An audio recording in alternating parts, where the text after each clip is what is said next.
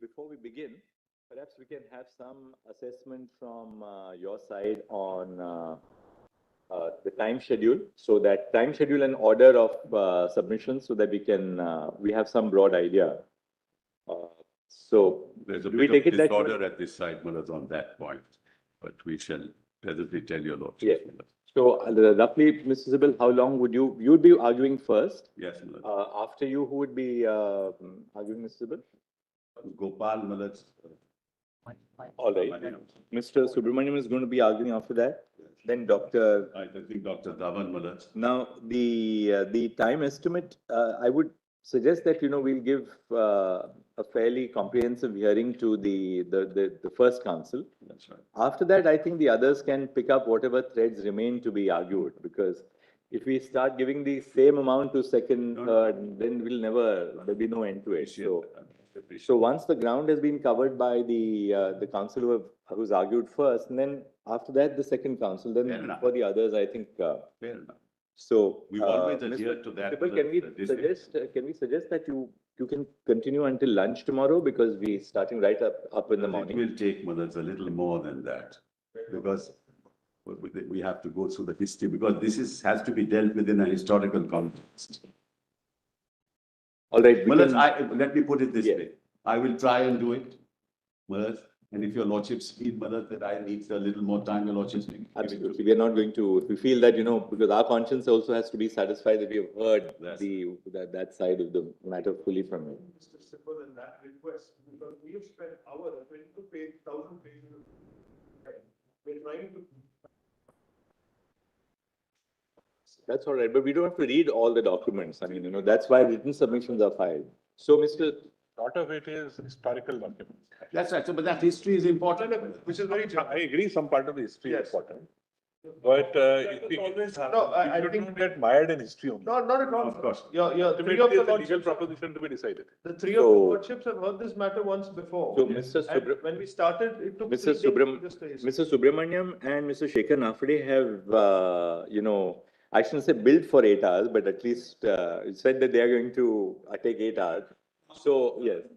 So I think the 8 hours and 10 hours for Mr. Subramaniam, I think that's a little bit of an overstatement. I think we'll have to cut down that. And Mr. Nafri, we'll also request you to cut down your submissions. Can you give 1.5 hours to 2 hours? So once, 2 hours. so we'll start now. What we'll do is, See, last time, let me say this. Whereas Mr. Ramachandran, like, what you want, because he has argued past a lot. No, he argued. I mean, He's not now. Not now. He's not addressing because the party for whom he is appearing has withdrawn. But the point is, on the last hearing, almost 90% was, at least 3 of us are party to the hearing. In I think about 4 days or so, 4 to 5 days, we had almost finished the hearing of the petition. Question of the reference on those two judgments, that's all. Difficulty was when the preliminary issue was framed, whether 1960. No, most parties, I'm sorry, and the most parties argued the merits of the matter. No, they did not. And some of the people took on Lordships are themselves right. to urge the Mr. preliminary to Ramachandran, your lordship, That right, word Mr. back. Ramachandran and Mrs. Zafar Shah, in fact, They later. had argued the full length, I remember. I have my notes of that time. That's correct. Yes, yes. Then we had argued actually the law point, but then there is a overlapping in the sense that the judgment which has been got USB. No, my lord. right, let's do this. Let's get down now. People But had the fully point argued. is, 4 distinguished Two judges people have had not fully heard argued that. it. I remember We'll, it distinctly. let Mr. Sybil open, and I'm sure by the end of the day, we'll have a good picture. because myself, I will not take more than 2 hours, whenever your lordship speaks, whatever the order. Look, I'll take little more than that, not my friend may take 2 hours, but I'll take little more than that. Well done. That Mr. Zafar should, Your Lordship, In fact, I remember Mr. Dhawan praising Mr. Zafar Shah in the last proceeding that he had set forth. Correct. You are right, absolutely right. Two of them, Zafar, I addressed your lordships only on the reference. you are right. Only Raju Ramchandran and Zafar Shah fully argued the matter. That's right. Your Lordship, may I submit? Permit me to submit my submission, please. I want to say something to the Honorable Court, please, Your Lordship. An application to your lordships, not in the matter, my lords. I'm really sorry to do this, but a clarification is needed whether, Lords Court 3, my Lord Honorable Justice Bose's bench can hear mentioning, whether something very urgent, that there's a provision in the latest SOP. their lordships are, There's a I've just been There is there. a provision in the SOP. Circulate an email. I've said that, however urgent something is, once the mentioning is not available or the mentioning is over, just an email will be put up to me by the registrar listing. I'll pass orders immediately. So you follow, just read the SOP. It has everything in that. Because All it's your lordships and constitution Mr. bench. Singh, yesterday, every mentioning request which was made until late night yesterday was attended to. I was in fact a little more liberal because I knew that this is going to happen, that we are the first 5 are going to be in a constitution bench. All requests have been granted. If there's something over and above that, the SOP has a provision even for that. Follow the SOP. I'll give you a date immediately. We'll send that email immediately, because there's something very dire, my lord, All right. Yes. So Mr. Sybil will start. Your Lordship, Your Lordship. Yes, Mr. Sharma. Your Lordship, am I clear? May I request Your Lordship? You are Yes, very Mr. clear, Sharma. Mr. Sharma. What do you want to say? Your Lordship, Mr. Sharma, I can anticipate what you are saying. yeah, I want to say, We are not calling this matter by the name of any individual litigant. We are saying in re Article 370. I think that should resolve your problem. Your Lordship, agreed. My request is only that, of course, I filed the first petition. I have a very serious issue with me. Permit me to argue in the last. I'm not saying allow me first. Permit me to argue in the last. Yes, of course, Mr. Sharma. Yes. You will be. Mr. Attorney, likewise, I think we don't have to, we will also request you, or your side also to not overlap and then, I will not overlap anything. I will not touch any point, whatever are going to be submitted by anyone over here. I have total different yes, things. Mr. Sharma, we got your point now, Yes, yes. yes, you will be the last batsman. Yes. Our Yeah, but assessment give me- would necessarily be based upon what is argued, what points are formulated, how, etc. And before, my lord, they end, we would, my lord, indicate our time. We have understood, my lord, the concern that there should not be any Repetitions. repetition, unwarranted repetition, etc. Yes, yes. May it please your A worship. point, Proportion to uh, repetitions. a point of clarification, Your Lordship. I was appointed to nodal council. Unfortunately, I'm not able to present as I'm down with conjunctivitis. But repetition civil 1099/2019, in which Mr. Ramchandran was appearing, although two parties have withdrawn, there are other petitioners who are still prosecuting this case, and that there will be representation for that as well. All right. Lordship, Yes. for that point of Who will clarification. be Thank you. appearing in that for the remaining petitioners, Mr. Prasanna? We are still hoping that Mr. Ramchandran can come. There is Let us know as difficulty that is. Not Mr. With regard to main petitioners, it's clear, but with regard to interveners, your lordship, nodal officer has given us time. We'll see about the interveners. Let's first hear the council and then we'll see what remains. It's already the issue, described by the Mr. Prasanna, the nodal officer. But the court is to decide. He has suggested the time frames. We'll see. Of course, we'll certainly decide at the end of the, once we have a few of the leading council who make their submission, we know what areas still remain. We'll assign some time. Yes, Mr. Mr. Sibal. Sibal would be arguing which petition so that we can have the. Doesn't it's in rate 370 now? No, whom you represent, that's all, so that we can say the pleadings from. Mr. Loan. Loan, Yeah, please. Akbar Loan, Malas, anyway. Yes. Malas, this is indeed, Malas, according to me, a historic moment in many ways. First, Malas, that your lordships will be analyzing why history was tossed out on the 6th of August, 2019. Whether the procedure adopted by Parliament was consistent with what democracy stands for. Whether the will of the people of Jammu and Kashmir could be silenced in this fashion. Whether they will be denied a representative form of government through a diktat of the union inconsistent with our constitution. It is also historic because it has taken 5 years for your lordships, Mullahs, to start hearing this case. And for 5 years, Mullahs, there has been no representative government in the state of Jammu and Kashmir. It is also historic because you will have to interpret Article 356 of the Constitution of India, an article which seeks to restore democracy. And how do that process? Through an article which sought to restore democracy, you have decimated democracy. Can that be done under Article 356? That the state of Jammu and Kashmir historically represented a very unique relationship, unlike princely states and the states of India which were integrated into the Union. Whether that historic relationship between sovereign authorities could have been jettisoned in this fashion by seeking to amend the Constitution and seeking to efface Article 370.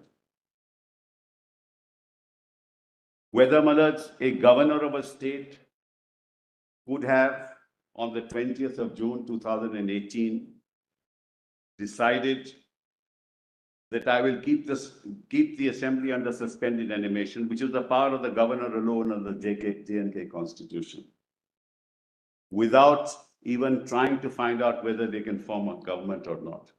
Because on the 19th of June, a particular party withdrew support, and on the 20th of June, the governor passed this order. Whether on the 21st of November 2018,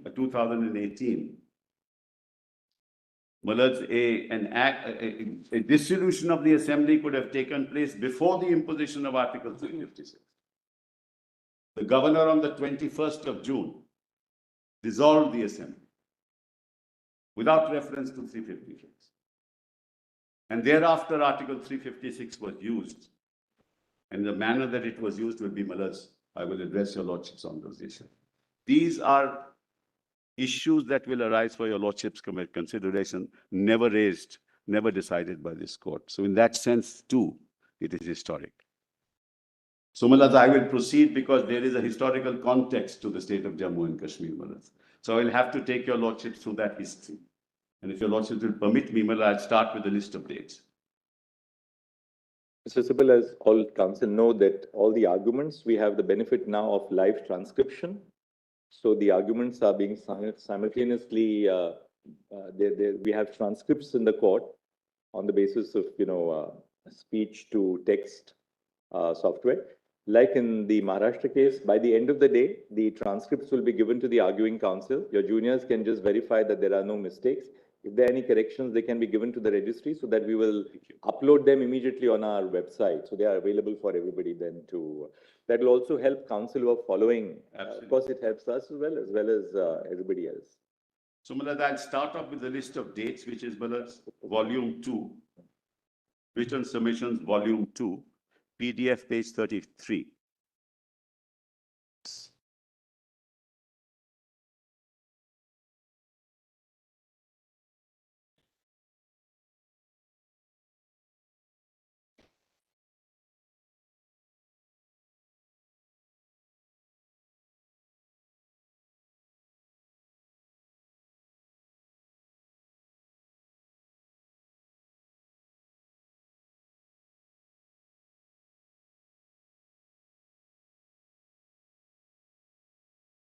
Well, it's written submissions, volume 2, PDF page 33.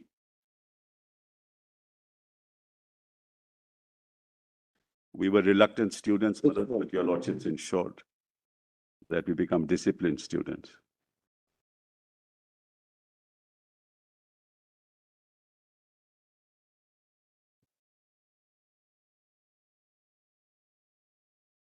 Yes, the list of dates, because it's somewhat elaborated, because it will give you a flavor what the issues are.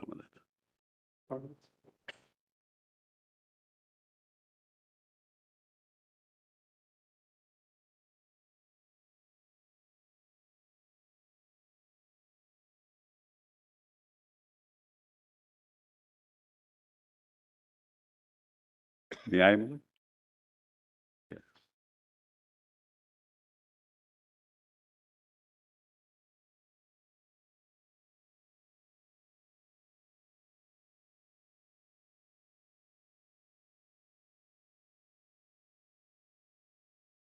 But 33, Malad, PDF page 33. It's called Appendix 1, List of Dates and Events. 5th of March, 1846. That's correct. That's correct. I hope it's 33, Malad. It's 33. Yeah.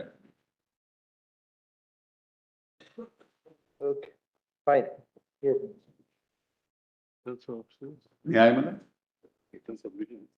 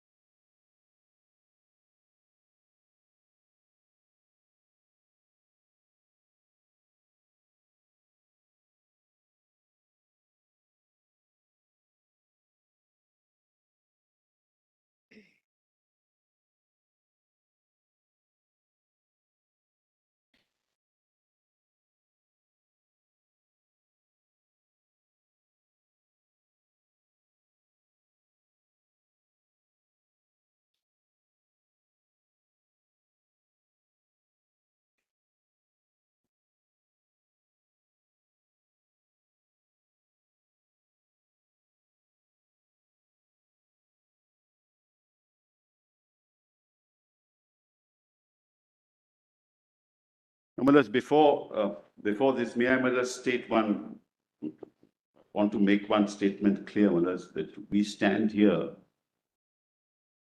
on the premise that the integration of Jammu and Kashmir into India is unquestionable, was unquestionable, and always remain unquestionable. That was a given. And despite that, Mullahs, the whole structure was overnight, Mullahs, changed through a process which I will demonstrate was unconstitutional. When your lordships will be dealing with this matter, there will be 4 legislations in a sense that you'll be dealing with. One is the Constitution of India. The second is the Constitution of India as applicable in the state of Jammu and Kashmir. Third is the Constitution of Jammu and Kashmir. And fourth is Article 370. And the interaction between these three constitutions in the context of Article 370 is something that your lordships will have to look at as we move forward. But please keep that in mind.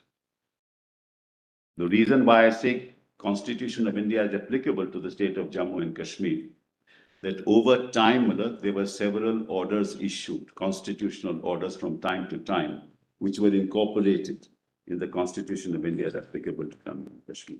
The result was that most of the powers most of the responsibilities and powers were actually in tandem with the Constitution of India. There was in fact really no difference other than Article 370 itself. All the laws were applicable, except that those laws were replicated in the constitutional orders of the government of India. Therefore, there was no reason to take away this right. It's in that context, Mullah, that I'm mentioning this. Now, Mullah, I'll go to the list of dates.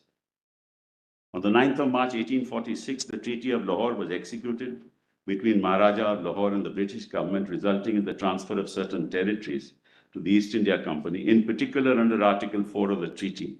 The Maharaja cedes to the Honorable Company all its forts, territories, rights and interests in the hill countries which are situated between the river Beas and Indus, including provinces of Kashmir and Hazara. Earlier, Jammu's Maharaja Gulab Singh's General Zorawar Singh had invaded Ladakh in 1834. Ladakh came under Dogra rule and was incorporated into the state of Jammu and Kashmir in 1846. During the Sino-Sikh War, the Qing Empire invaded Ladakh, but the Sino-Tibetan army was defeated. Ladakh was claimed as a part of Tibet by Phuntstok Wangyal, a Tibetan communist leader.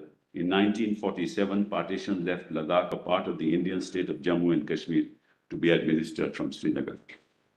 On the 16th of March, 1846, following the Treaty of Lahore, the British government executed the Treaty of Amritsar on March 16, 1846. Under the treaty, the hilly mountainous country with its dependencies situated in the east of River Indus and west of River Ravi, including Chamba and excluding Lahore was transferred by the British government to Maharaja Gulab Singh of Jammu. The reason was simple, Maharaj. There was a violation of the Treaty of Lahore, and therefore compensation had to be paid, Maharaj, to the British government. He was not able to pay that compensation. In lieu of that compensation, these territories were ceded. That's what happened. On the 30th of June, 1857, Gulab Singh died and was succeeded by his son, Ranbir Singh. Following the passage of the Government of India Act 1858, territories formerly in possession under control of the East India Company were vested in the British monarch in whose name India was to be governed. 1885, Maharaja Ranbir Singh died and was succeeded by Maharaja Pratap Singh. In 1889, 30th of August, the Interpretation Act of 1889 was passed by the UK Parliament. Section 18.4 of the Act defined the expression British India. All territories and places within Her Majesty's dominion, which are for the time being governed by Her Majesty through the Governor General of India.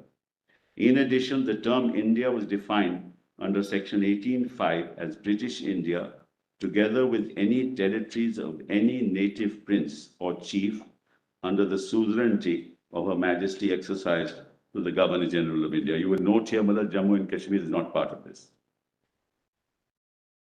In 1925, Maharaja Pratap Singh was succeeded by Maharaja Hari Singh, the last ruler of the princely state of Jammu and Kashmir. And on the 20th of April 1927, the expression state subject was defined in the state subject definition notification dated April 20, 1927, which was issued by Maharaja Hari Singh. This notification classified state subjects into 4 classes: and subsequently became the basis for the definition of permanent residents of Jammu and Kashmir under the Constitution of Jammu and Kashmir and Article 35A of the Constitution of India. Your Lordships need not go into it because we are not really dealing with that issue, but I'm just mentioning it. On the 22nd of April 1934, Maharaja Hari Singh enacted Regulation 1 of Samvat 1991 on April 22, 1934. Wherever there is Samvat, if you take away 57 years, that gives you the year. The regulation established a legislative assembly for the state of Jammu and Kashmir called the Praja Sabha. While certain legislative functions were delegated to the Praja Sabha, the ruler, Maharaja Hari Singh, retained supremacy over all legislative, executive, and judicial matters. On the 2nd of August 1935, the Government of India Act 1935 was passed by the UK Parliament. The Act established India as a federation comprising governors' provinces, chief commissioners' provinces, the Indian states which had or would accede to the Federation of India. Under Section 6 of the said Act, the ruler of Indian princely states was empowered to execute an instrument of accession, declaring that he accedes to the Federation of India, subject to the terms of such instrument. Under Section 2, an instrument of accession was to specify matters with respect to which the federal legislature would have competence to legislate for a particular state and the limitations, if any, on the federal legislature's powers to make laws or exercise executive authority over such state. Notably, as the state of Jammu and Kashmir was not a part of British India, provisions of the Government of India Act 1935 did not apply to it unless an instrument of accession was executed by its ruler in accordance with Section 6. On the 7th of September 1939, the Jammu and Kashmir Constitution Act 1939 was promulgated. While Maharaja Hari Singh retained sovereignty and supremacy over all legislative, executive, and judicial functions, the Act provided the Praja Sabha to make laws for the entire state of Jammu and Kashmir or any part thereof, subject to certain conditions. Further, the said Act vested executive functions with council consisting of a Prime Minister and other ministers appointed by the ruler. The Act also provided for the High Court, which had been established by the ruler in 1928, to be a court of record with jurisdiction to adjudicate upon inter alia civil suits, civil, criminal, and revenue appeals. On the 16th of May 1946, the Cabinet Mission issued a statement regarding its report.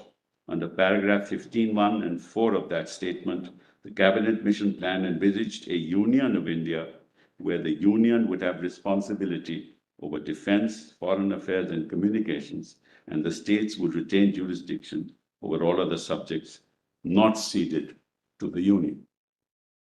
On the 12th, 22nd of May 1946, the Cabinet Mission issued a memorandum titled States, Treaties, and Paramountcy, which affirmed that following the establishment of an independent government in India, the paramountcy of the British monarch over Indian states would lapse, and paramountcy power over their respective territories would return to the states. On the 19th of December 1946, the Constituent Assembly of India, in terms of the Cabinet Mission Plan, met for the first session. On the 22nd of January 1947, the Constituent Assembly of India unanimously adopted the Objectives Resolution, which declared the Assembly's firm and solemn resolve to proclaim India as an independent sovereign republic.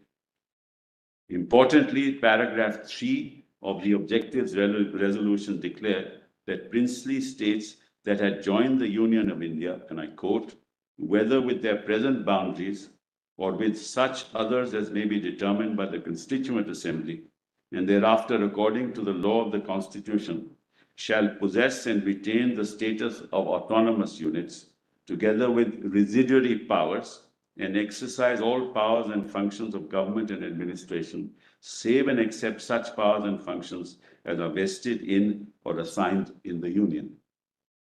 On the 25th of January, 1947, the Constituent Assembly adopted a resolution the establishment of the Union Powers Committee to inter alia draw up lists of matters included in the and interconnected with the subjects assigned to the Union before the framing of the Constitution. On the 5th of July 1947, the Union Powers Committee submitted its second report to the Constituent Assembly. Significantly, the report noted in paragraph 3, and I quote, "It is necessary to indicate the position of Indian states in the scheme proposed by us. The states which have joined the Constituent Assembly have done so on the basis of the 16th May statement. Some of them have expressed themselves as willing to cede wider powers to the center than contemplated in that statement. But we consider it necessary to point out that the application to states in general of the federal list of subjects, insofar as it goes beyond the 16th May statement, should be with their consent.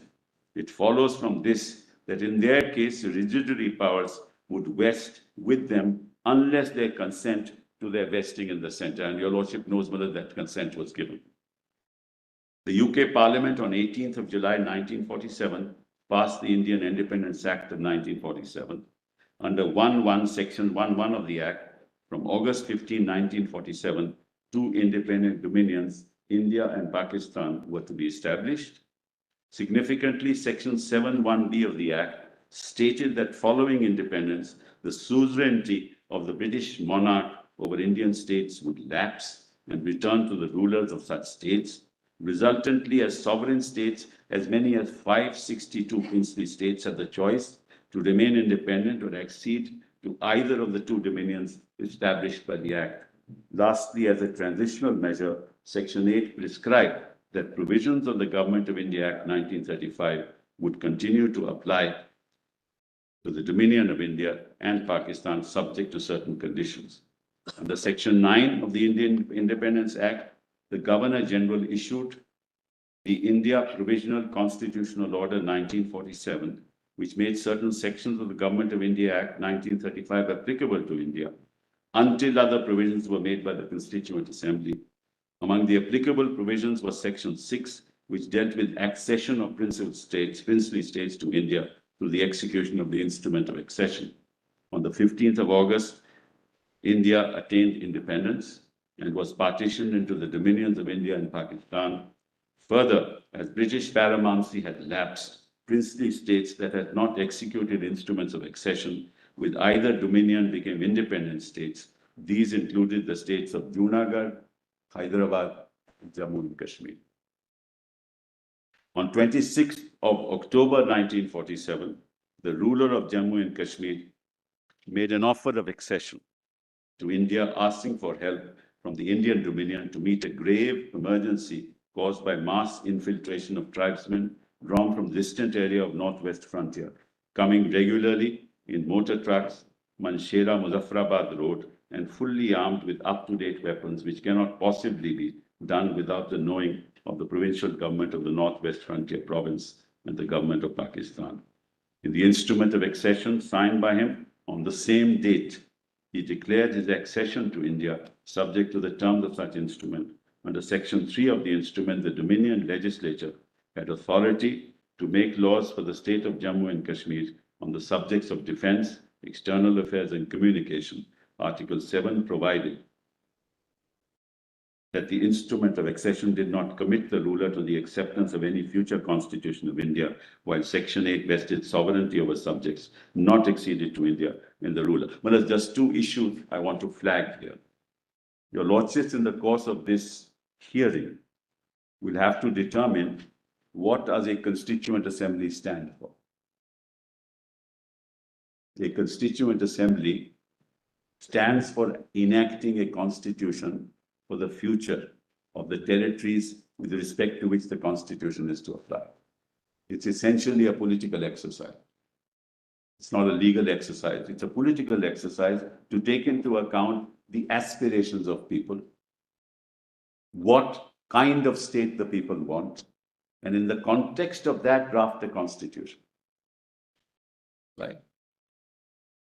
The constitution itself is a political document, but it takes into account the aspirations of several segments of society living within a united territory, takes into account their separate aspirations, and in the context of that drafts a constitution to meet the aspirations in future years for decades to come. So the exercise of a constituent assembly is a political exercise.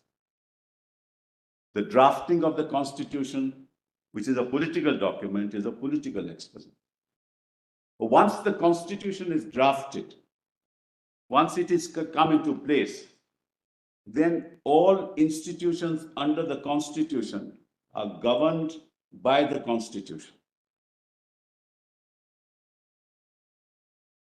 And those institutions are limited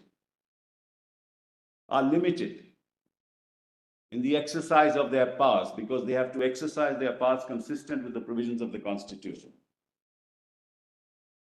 Parliament cannot convert itself into a constituent assembly.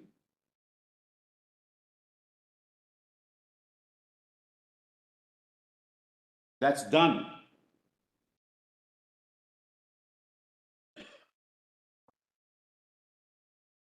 Today, the Indian Parliament can't say by a resolution that we are the Constituent Assembly. As a matter of law, they can't say it. Because they are now cabined, cribbed, and confined by the provisions of the Constitution. They can't pass a law which is outside the list. They can pass a law under 254. If the state passes a law, it's repugnant. They must adhere to the basic features of the Constitution. They can't suspend, except in emergencies where external aggression, the fundamental rights of people. That also is limited under provisions of the Constitution. The executive can't do things which are contrary to the law, and the judiciary then declares the law. But no parliament can convert itself into a constituent assembly. And if you accept that proposition of law, it has enormous consequences for the future of my country.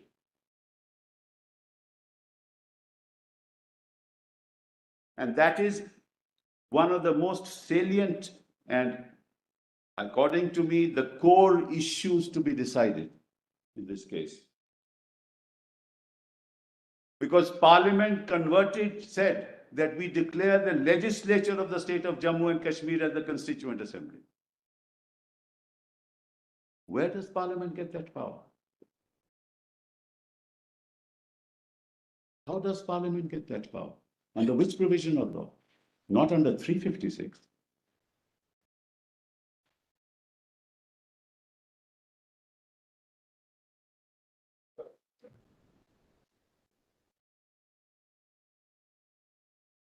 No, I'm just reading. So that's, according to me, the core of the issue that your lordships will have to decide. May I now, with your lordship's permission, read the instrument of accession? Because what happened on the 26th of October, actually, the invasion, so to say, was started on the 20th of October. And within 6 days, these decisions were taken. Because the invaders came, they were armed, they had guns, they would have run over the state. The ruler realized that he cannot secure the security of his own people. He had entered into a standstill agreement with Pakistan. India refused to enter into a standstill agreement with him. And then, thereafter what happened? One second. Thereafter what happened was that he said, look, I need help. And he told Mountbatten, I cannot possibly secure my people. So thereafter, the proceedings started. He sought, and he said, look, if you help me, I will unconditionally access to India subject to my own conditions, which is separate from the instruments of accession of the other states. And India accepted it. And that's how India secured the peace and was able to And of course, the precursor to that is the Ratcliffe Award, in terms of which the part of Gurdaspur would connected Jammu Kashmir to India, was ceded to India under the Ratcliffe Award, which allowed for that contiguity, which was the basic principle on the basis of which the partition was to take place. So that's how all this happened. Now let me read to your lordships the instrument of accession. What's the list? Volume 1, Malaj. Documents, Volume 1. Yes. Malaj, kindly come to PDF page.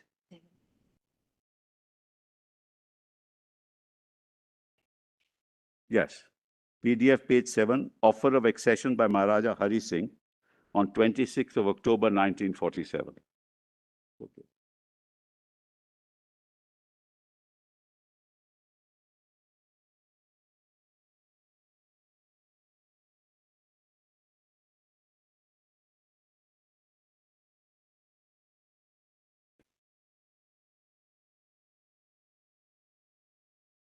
Documents, Volume 1, PDF page, Malaj, 7.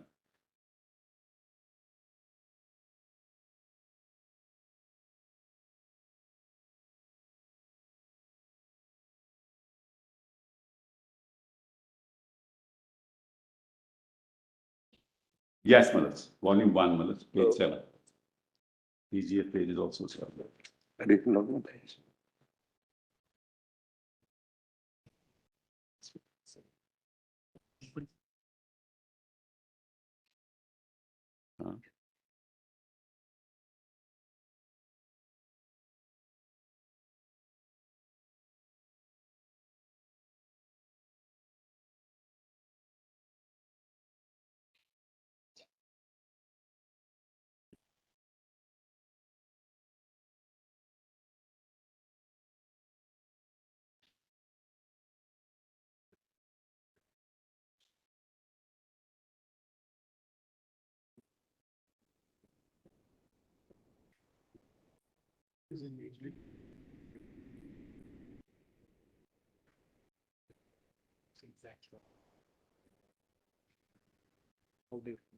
Because of the radars, you can't complete. Yeah, that is right.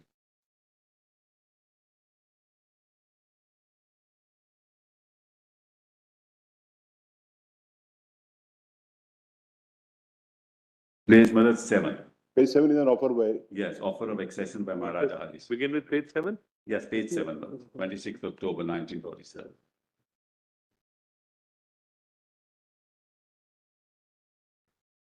Mr. Sibal, you are referring documents volume 1. Yes, Volume 1. Volume. Page 7. It's open with Treaty of America. Yes. It's my Lord Mountbatten with that later. I have to inform, may I, Malaj? I have to inform Your Excellency that a grave emergency has arisen in my state and request immediate assistance of your government. As Your Excellency is aware, the state of Jammu and Kashmir has not acceded to the Dominion of India or to Pakistan. Geographically, my state is contiguous to both the dominions. It has vital economic and cultural links with both of them. Besides, my state has a common boundary with the Soviet Republic of China. And China. It should be. And China, it should be. And China. In their external relations, and Dominion of India and Pakistan cannot ignore this fact.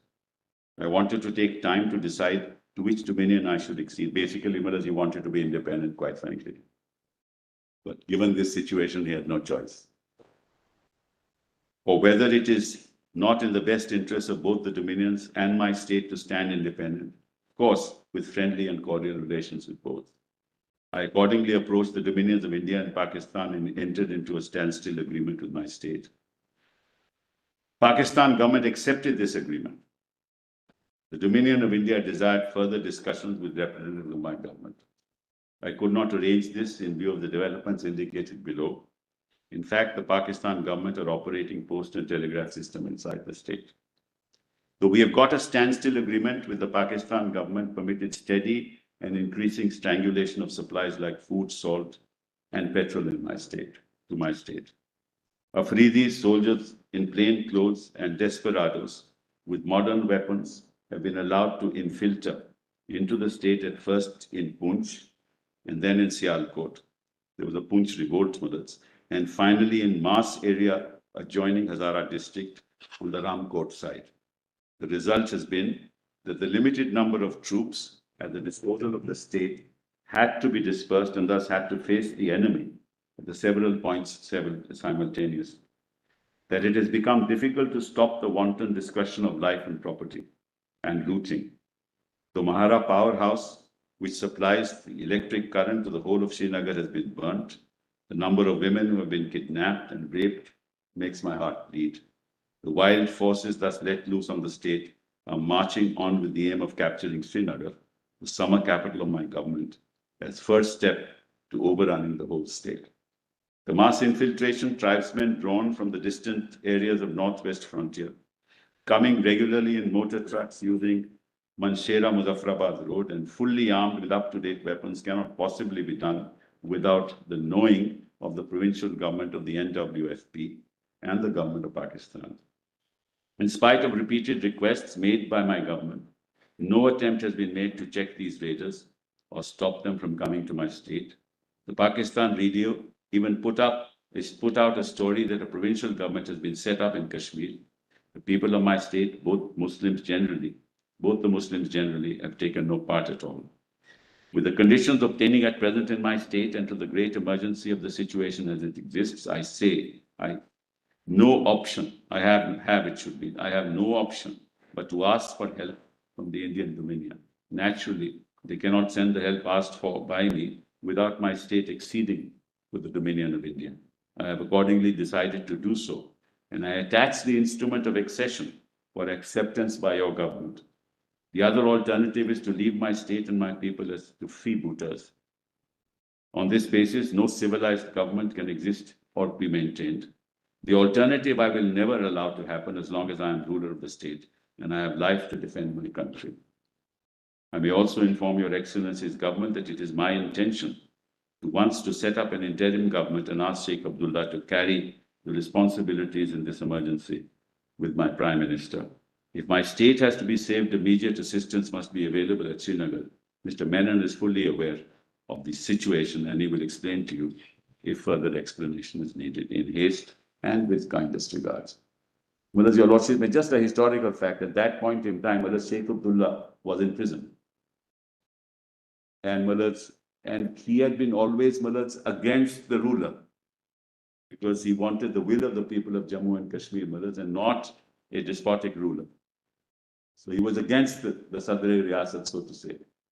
But when he realized that, look, unless I get him on my side, I'm not going to be able to defend. So he released him and said, you form the interim government. Just a historical fact. That's how it happened.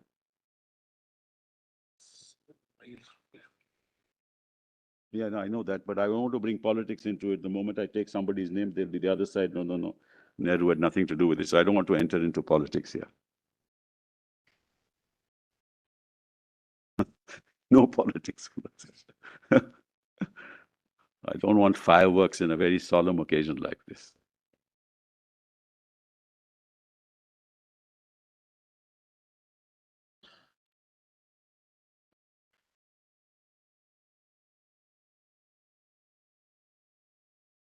Actually, the Ratcliffe Award.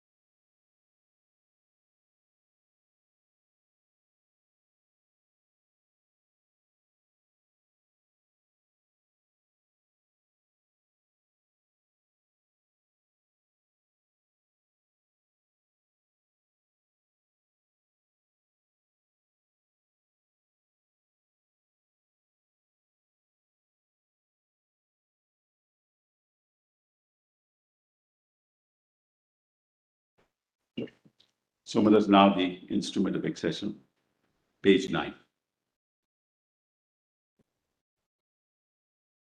Actually, your lordship knows more than we do.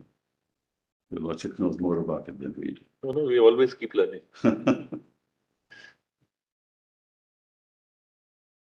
There are, my learned colleague points out that there are very interesting snippets, the transfer of power documents as to how this happened, and VP Menon actually sets it out.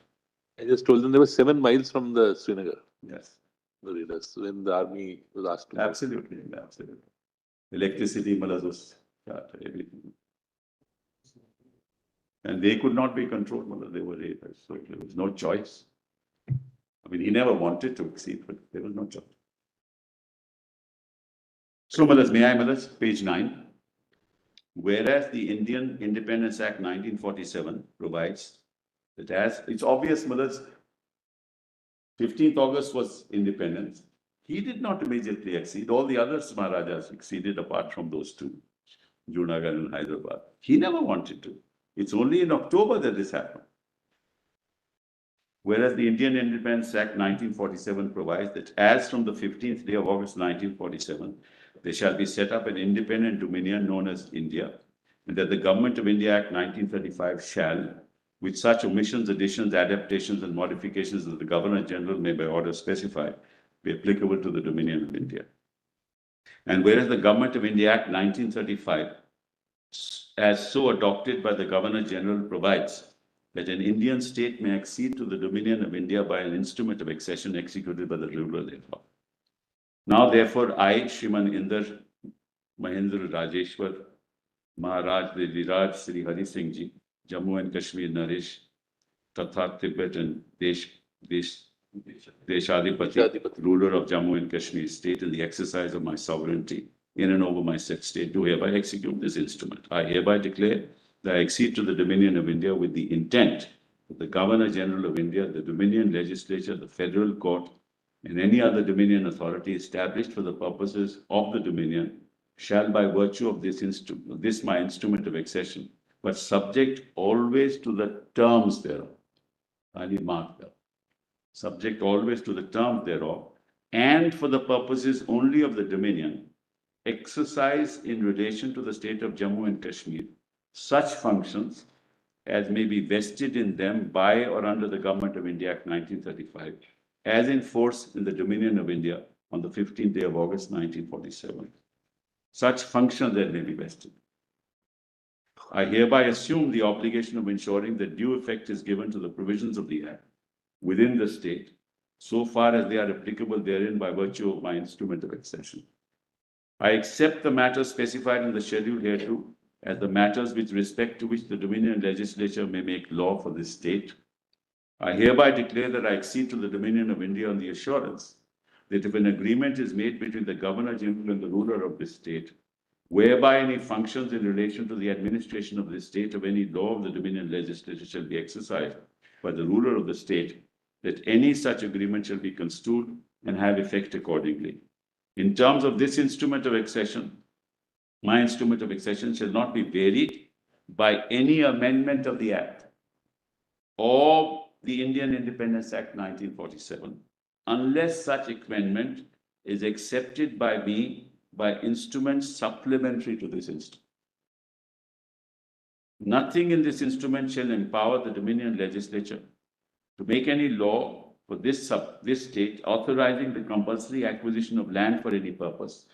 But I hereby undertake that should the Dominion, for the purpose of a Dominion law, which applies in the state, deem it necessary to acquire any land, I will at their request acquire the land at their expense, or if the land belongs to me, transfer it to them on such terms as may be agreed, or in default of agreement determined by an arbitrator to be appointed by the Chief Justice of India. Nothing in this instrument shall be deemed to commit in any way to my acceptance of any future constitution of India, or to fetter my discretion to enter into an agreement with the Government of India under any such future constitution. Nothing in this instrument affects the continuance of my sovereignty in and over this state, or save as provided by or under this instrument, the exercise of any powers, authority, and rights now enjoyed by me as a ruler of this state, or the validity of any law at present in force in this state. I hereby declare and I execute this instrument on behalf of the state, and that any reference to this instrument to me or to the ruler of the state is to be construed as including reference to my heirs and successors. And the acceptance your lordships will find at 11. I hereby accept this instrument of accession, dated this 27th day of October, 1947. Now, let's, sorry.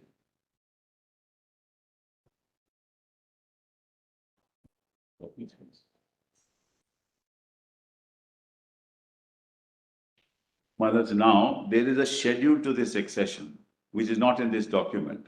But would my lords be kind enough to turn to document volume 4, PDF page 176.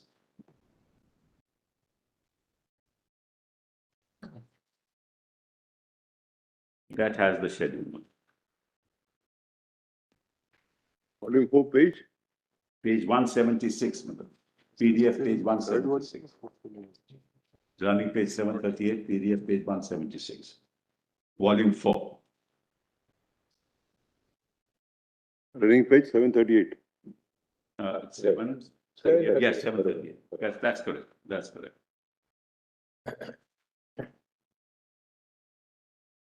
Your lordships might just remember the residuary power, Maharaj, unlike states in India, which vested under 97 with the union, vested in the state. Residuary power did not vest in the union in the relationship of J&K with the union. So it was quintessentially a truly federal marriage, so to say. Actually, the resolution, when it was passed by the Constituent Assembly, initially contemplated that the residuary power would be with the states. Yes. And it was between the time of that resolution and the eventual adoption of the Constitution that the residuary power, Yes, I agree. entry 97 came to the center. But they all accepted it, Mullah, so that's. But here, Mullah, this issue was somewhat different. Now, Mullah, in the schedule, you will find.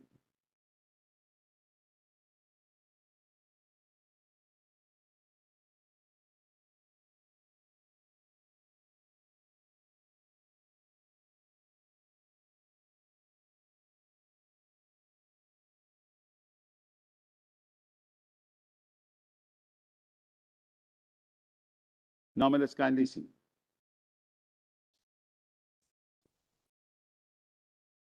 That's correct.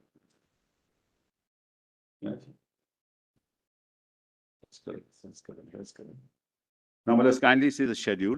Defense, naval, military, and air forces of the Dominion, and any other armed force raised or maintained by the Dominion, any armed forces, including forces raised or maintained by an exceeding state, which are attached to or operating with any of the armed forces of the Dominion, naval, military, and air force works, administration of cantonment areas, arms, firearms, ammunition, explosives, and external affairs, like implementing of treaties, agreements, other countries, extradition, including surrender of criminals, accused persons, or parts of His Majesty's dominions outside India, admission into and emigration and expulsion from India, including in relation thereto, the regulation of the movements in India of persons who are British subjects domiciled in India, or subjects of any exceeding state pilgrimages to places beyond India, naturalization, then communications, post and telegraphs, including telephones, wireless broadcasting, like phones and railways, etc. We need not go into this. Maritime shipping navigation, port quarantine, major ports. And then whether it's aircraft, lighthouses, carriage of passengers, and then ancillary elections to the Dominion legislature subject to the provisions of the Act and of any order made thereunder. Offences against laws with respect to any of the aforesaid matters, inquiries and statistics for the purposes of any of the aforesaid matters, and jurisdiction and powers of all courts with respect to any of the aforesaid matters, but except with the consent of the ruler of the exceeding state, not so as to confer any jurisdiction or powers upon any courts other than courts ordinarily exercising in or in relation to the state. Right? So that's what. These subjects, do they correspond specifically to certain entries on the Government of India Act? No, Mala, Probably they would have. The subject, no, the subjects of the state were with reference to those residing in the state, those who had come to the state, those who were in Pakistan and came back, So that's a 1927 order, which I'll point to your lordship later.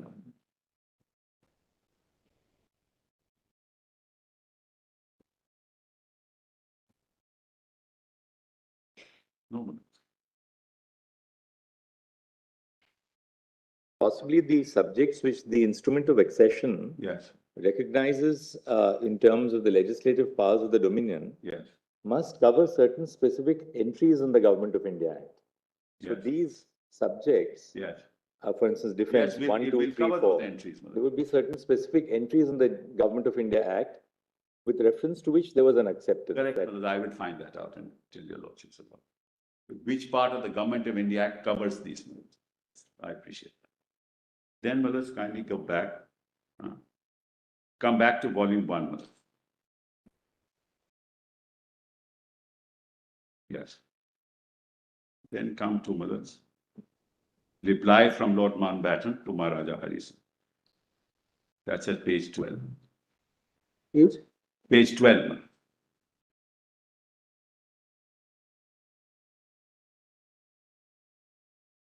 My dear Maharaja Sahib,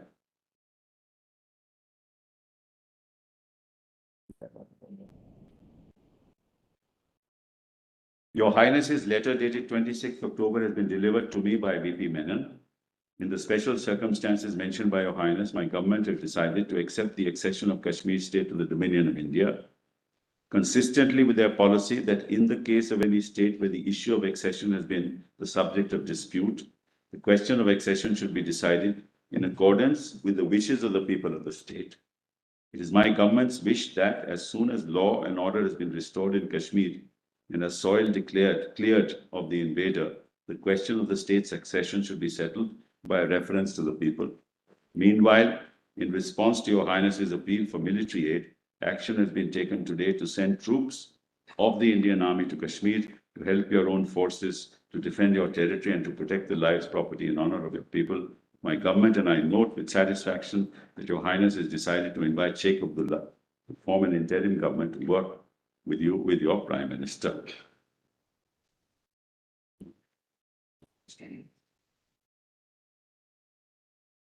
Then we go back to the list of Sheikh Abdullah was not the Prime Minister.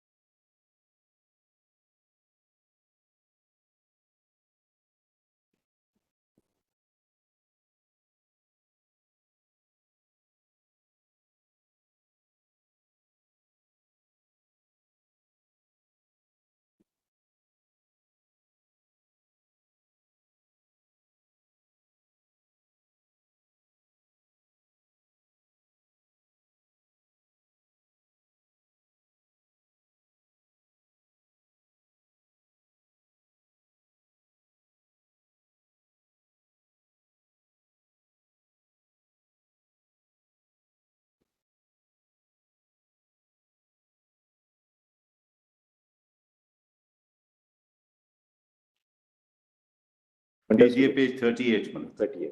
38. And Malad, I've already read to your lordships, Malad, the acceptance, the letter of Mountbatten. So Malad, we go to 23, 5th of March, 1948. You want to go back to the list of dates and events? Yes, Malad. We go back to the list of dates, PDF 38, volume 1. What page are you reading, Mr. Sim? 5th of March, Malad, that entry. Because I've already read, Malad, the 22nd of October letter of Lord Mountbatten. On the 5th of March, my lord has that. Volume 1, PDF page 38.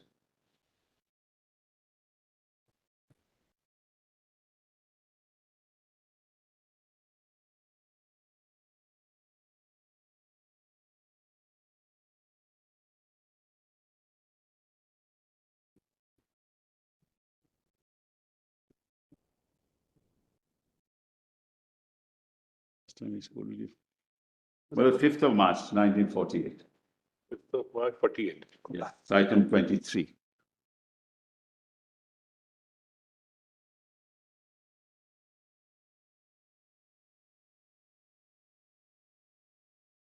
The ruler, Your Lordship has that? The ruler Maharaja, I'm sorry. 1 minute, please.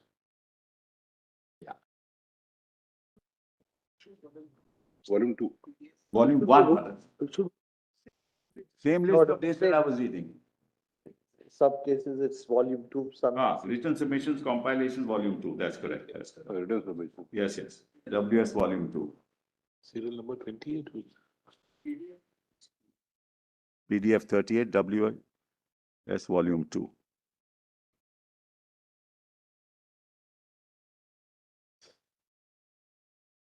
Yes, 5th of March 1948, the ruler Maharaja Hari Singh issued a proclamation under which a popular interim government was established in the state of Jammu and Kashmir, pending the framing of a constitution for the state. The proclamation inter alia. Well, it is better we read the whole proclamation.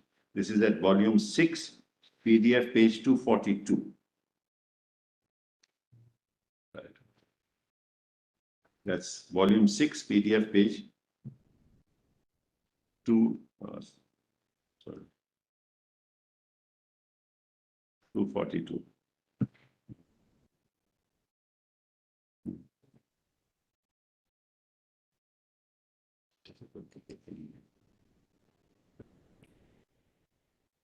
Volume 6.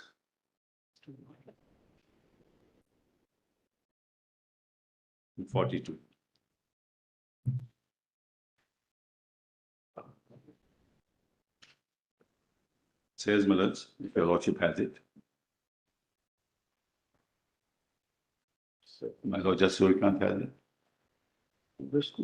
Volume 2? 242, Millets, volume 6, PDF page 242.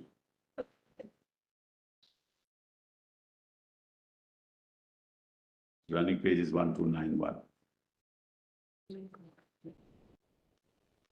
What? Volume 6? Volume 6.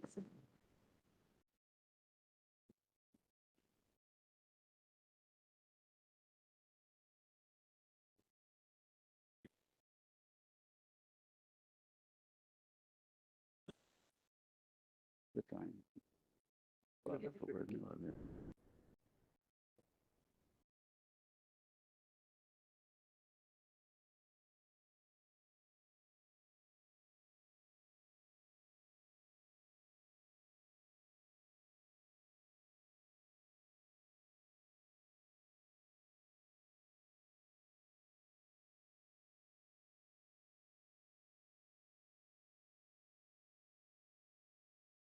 Yes, Maharaja on the 5th of March 1948. That's the one. I know this. 1291. Running page 1291. That's correct. That's correct. Well, we have to show PDF, Millets, otherwise it becomes difficult.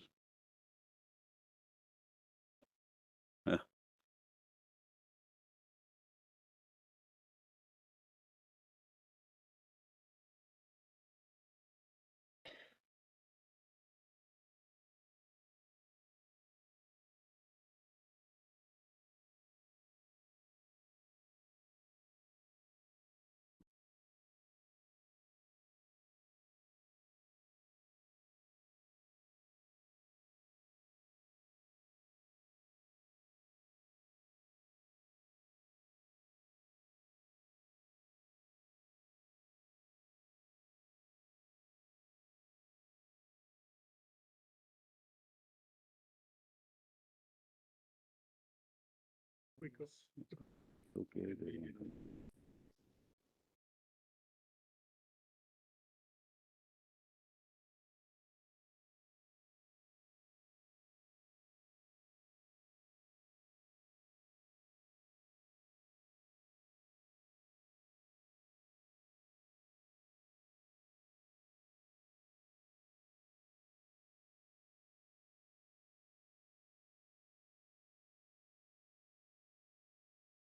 Yes. In accordance with the tradition. Well, it's all of them correspond to the provisions of the Government of India Act. Yes. They were more there, but they were whittled down. That's all. But they do correspond. Just wanted to answer your lordship on that.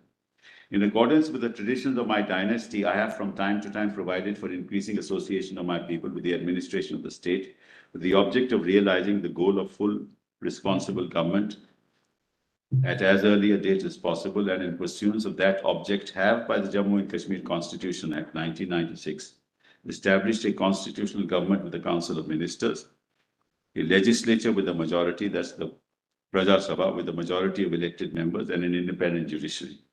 I have noted with gratification and pride the progress so far made and the legitimate desire of my people for the immediate establishment of a fully democratic constitution based on adult franchise with a hereditary ruler from my dynasty as the constitutional head of an executive responsible to the legislature. I've already appointed the popular leader of my people, Sheikh Mohammed Abdullah, as the head of the emergency administration. It is now my desire to replace the emergency administration by a popular interim government and to provide for its powers, duties, and functions, pending the formation of a fully democratic constitution. I accordingly hereby ordain as follows. My council of ministers shall consist of the Prime Minister and such other ministers as may be appointed on the advice of the Prime Minister. I am by royal warrant appointed Sheikh Abdullah as the Prime Minister with effect from today. The Prime Minister and the other ministers shall function as a cabinet and act on the principle of joint responsibility. The Diwan appointed by me shall also be a member of the cabinet. I take this opportunity of giving once again a solemn assurance that all sections of my people will have opportunities of service, both civil and military, solely on the basis of their merit and irrespective of creed and community. My Council of Ministers shall take appropriate steps as soon as restoration of normal conditions has been completed to convene a National Assembly based upon adult franchise, suffrage, having due regard to the principle that the number of representatives from each voting area should, as far as practicable, be proportionate to the population of that area. In a way, he was adopting the principles that was adopted by us. The Constitution to be framed by the National Assembly shall provide adequate safeguards for the minorities and contain appropriate provisions guaranteeing the freedom of conscience, freedom of speech, and freedom of assembly. The National Assembly, as soon as the work of framing the new Constitution is completed, submit it through the Council of Ministers for my acceptance. In conclusion, I repeat and hope that the formation of a popular interim government and the inauguration in the near future of a fully democratic constitution will ensure the contentment, happiness, and moral and material advancement of the people. So go back to volume 2, written submissions compilation, volume 2, PDF page 38 again. So in 1949, item 24 was there. Volume 2, PDF page 38.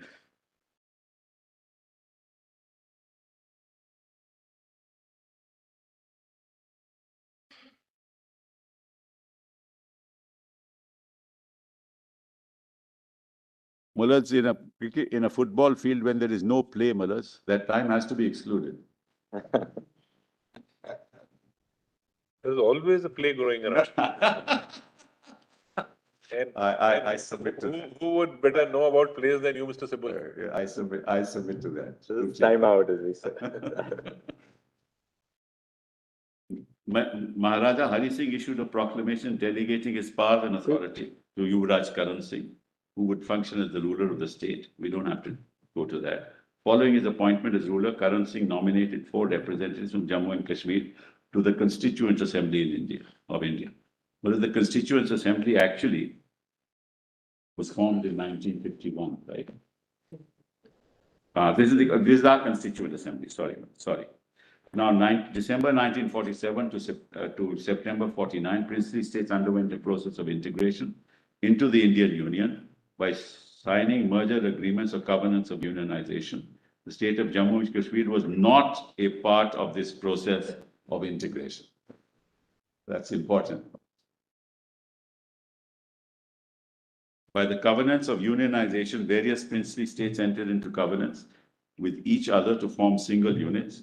For example, through a covenant, the princely states of Bhavnagar, your Lordship need not read it because this is the Lordship's want. Junagadh, numerous others formed the United States of Saurashtra. Through a separate covenant, Gwalior, Indore, and 18 other princely states formed the Union State of Gwalior, Indore, and Malwa. Similar covenants led to the formation of Patiala, East Punjab States Union PEPSU, the United State of Rajasthan, and the United State of Travancore and Cochin. Between May 48 to September 49, the states of Saurashtra, Madhya Bharat, PEPSU, Matsya, Rajasthan, and Travancore and Cochin signed revised instruments of accession, which inter alia enlarged the powers of the Dominion legislature, permitting it to enact laws on all matters in lists 1 and 3. The Government of India Act 1935 and cancelled all previous instruments of accession entered into by rulers of princely states that had entered the covenants referred to above.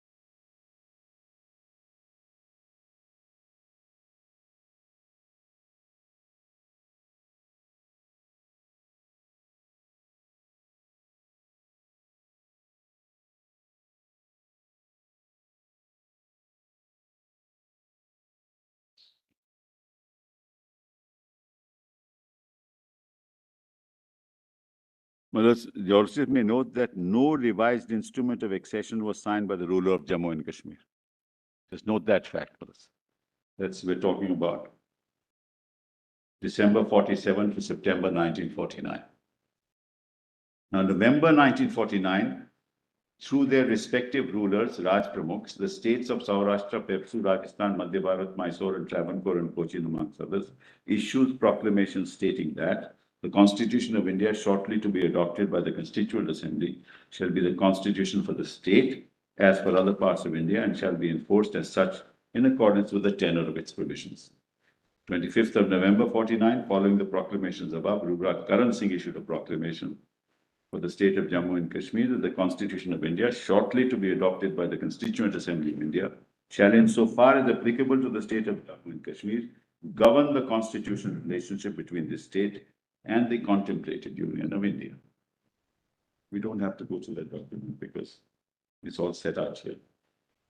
Then 26th of January 1950, in exercise of its constituent powers, the Constituent Assembly drafted the Constitution of India, which was adopted on November 26, 1949.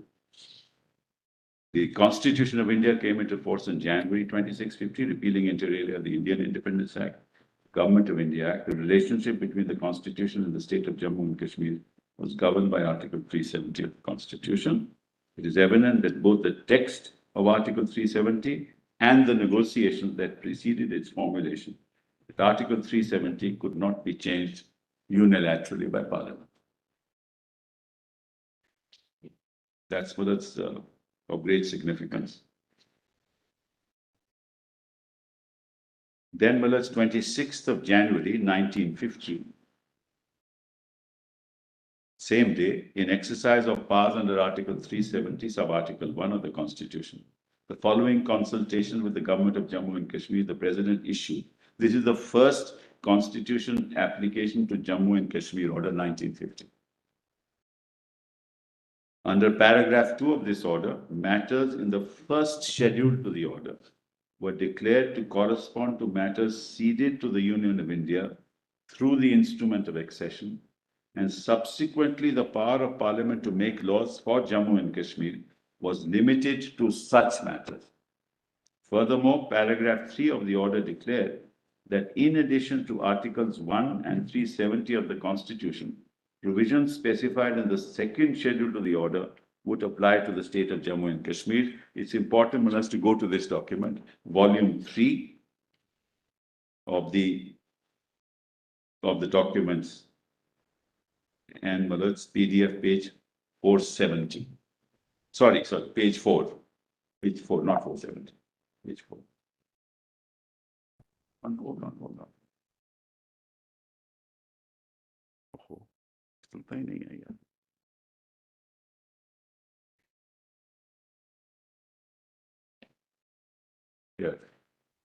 Yes.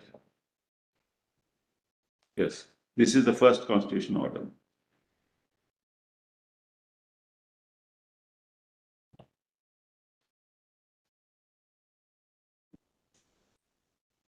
Yes.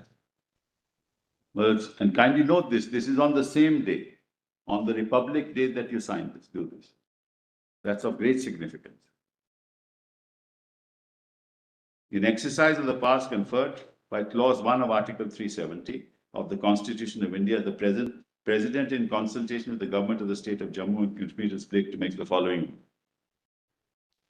This order is so and so, so and so. For the purposes of subclause B1 of Clause 1 of Article 370 of the Constitution, the matters specified in the first schedule to this order, being matters in the Union list, are hereby declared to correspond to matters specified in the instrument of accession governing the accession of the state of Jammu and Kashmir to the Union of India, as the matter with regard to which the Dominion legislature may make laws for the state, and accordingly the power of Parliament to make laws for the state shall be limited to the matters specified in the first schedule.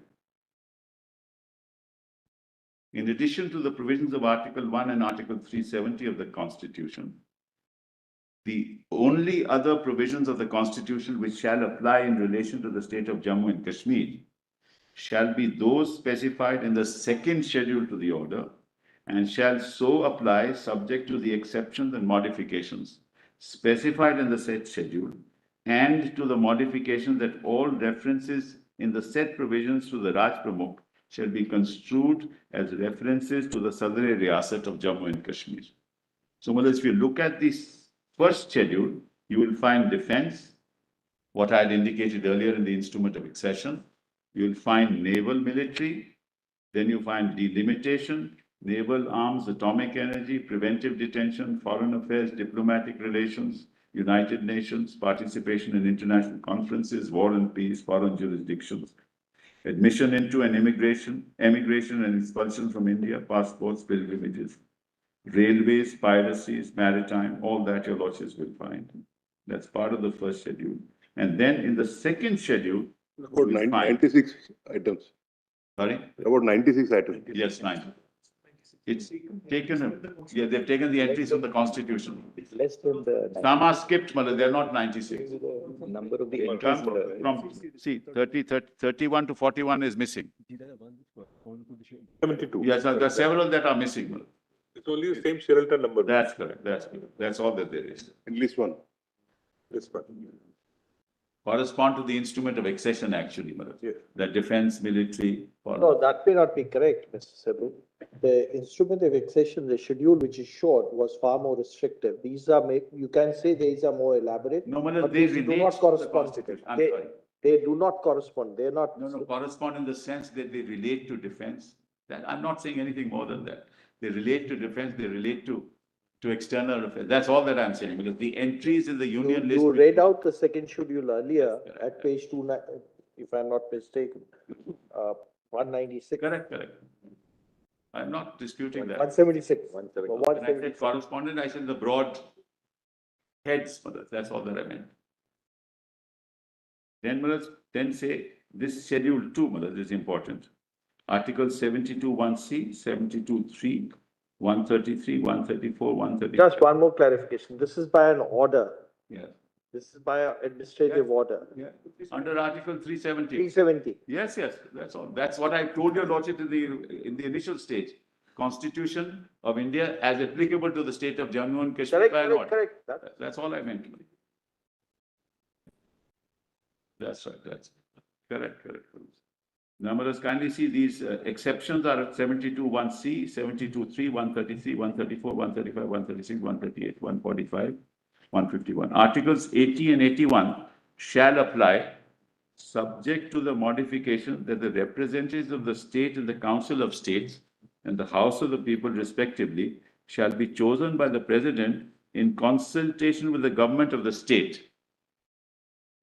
So that was the variation.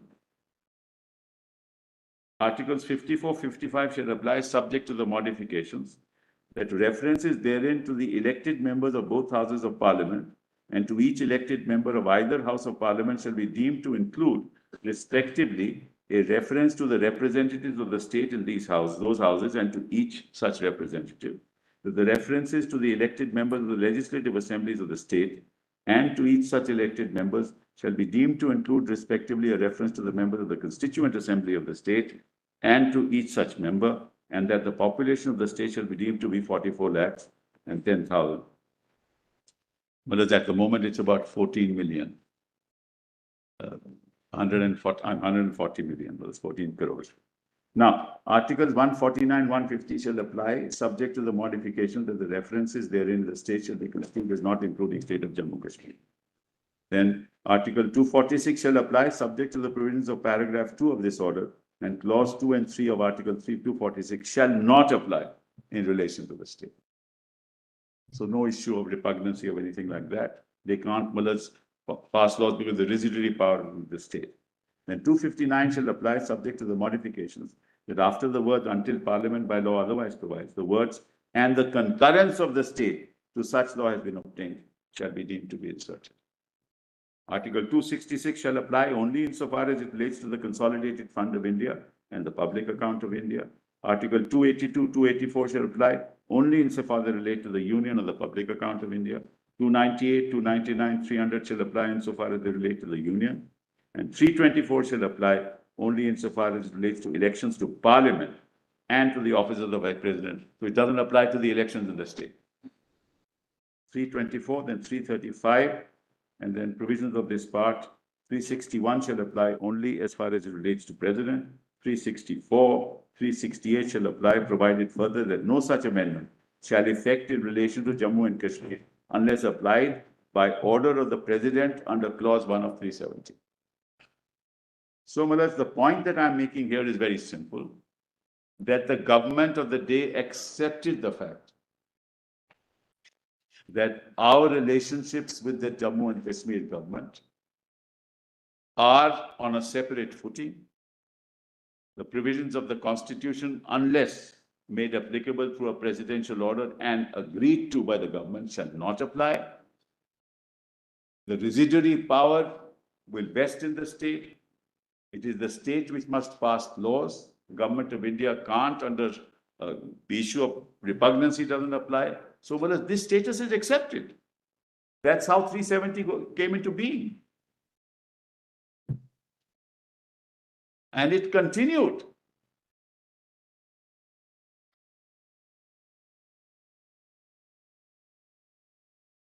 Yes, so that will come to later. Then the distribution of revenues, well, it comes, and that we are not really concerned with at the moment. Now kindly come back to volume 2, Malad, of the written submissions, volume 2, page 41.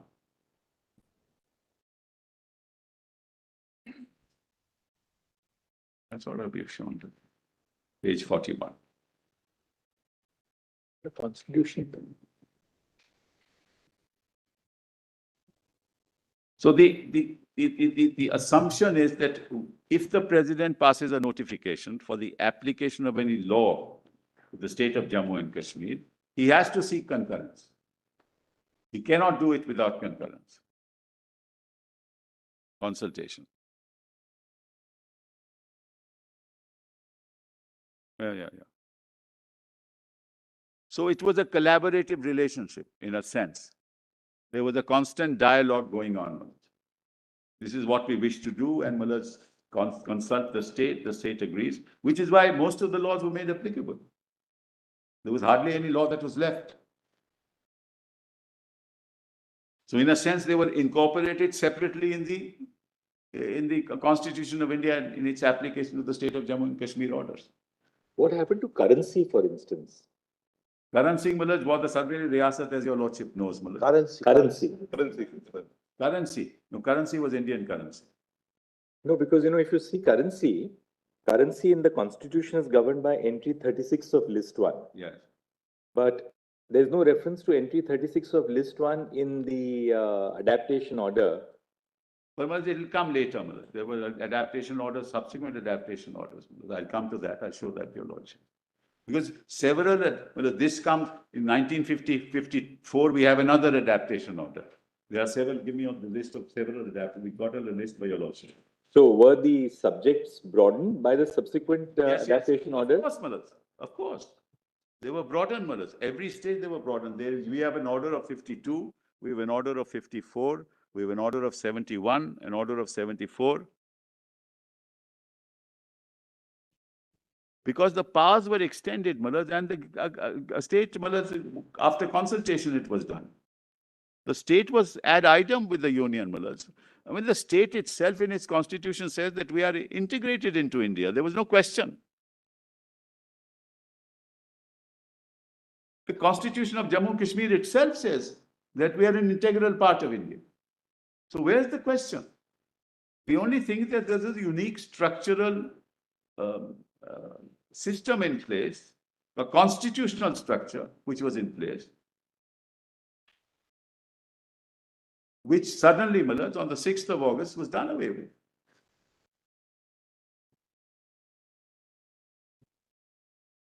And Malas, with the greatest respect, though I don't want to use that expression, suddenly, Malas, in Parliament, it was said that we are doing this at 11 o'clock.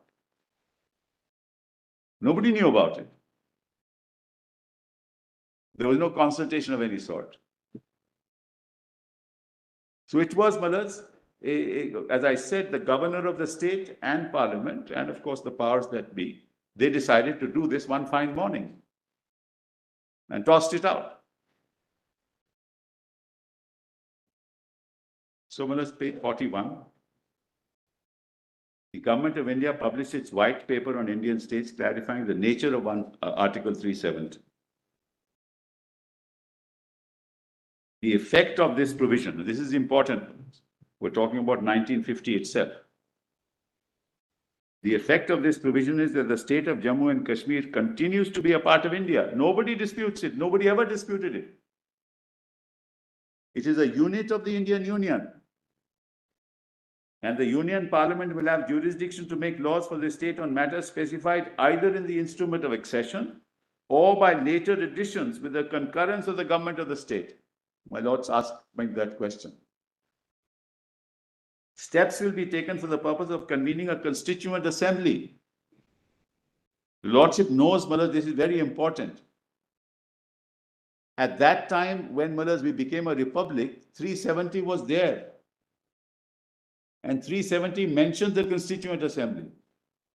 But the Constituent Assembly had not yet been convened in the state of Jammu and Kashmir. That was convened in 1951, December. Point is that there was this understanding between the Government of India and the state that we will have a Constituent Assembly which will determine the future course of action. Determine whether or not, Malas, in fact, 370 should be abrogated at all or not. That decision was with the Constituent Assembly. Which is why it is called a temporary provision. Not for any other reason. It's in that chapter of the Constitution. So this whole argument that this temporary provision was 370 was temporary, no.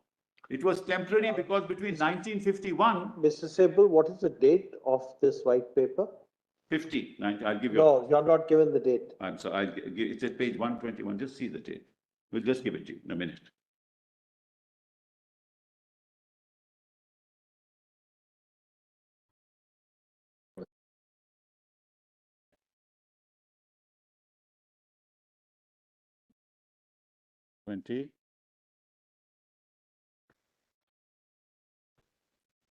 I'll give it to your lordship, just.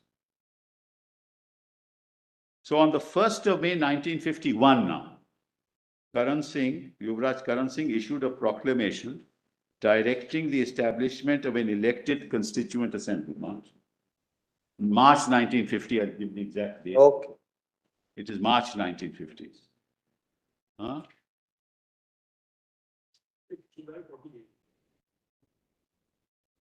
Can't be.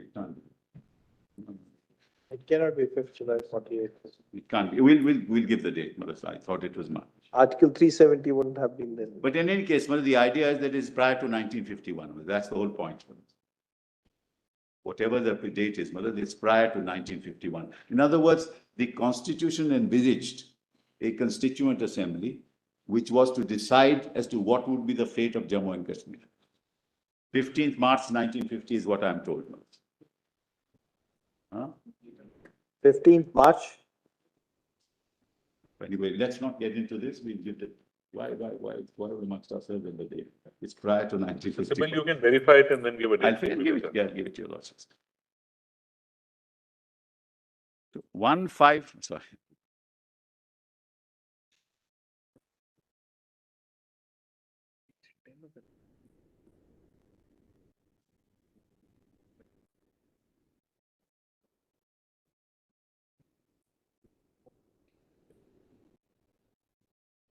To 54, no?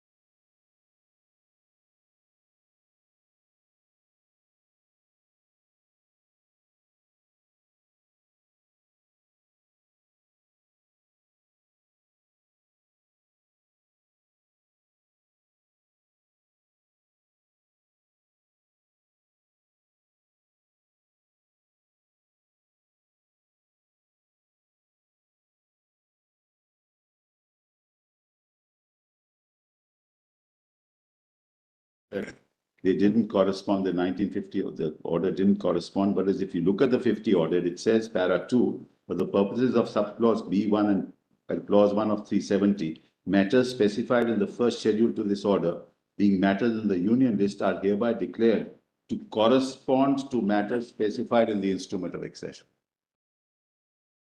Just wanted to mention that. Para 2 itself says. So, my lords, we all have done. On the 1st of May 1951, Karan Singh issued a proclamation directing establishment of an elected constituent assembly to draft a constitution for the state of Jammu and Kashmir. Then 20th of March 1952, under Article 370, Sub-Article 1 of the Constitution, and following consultation with the government of Jammu and Kashmir, the President issued the Constitution. Just one.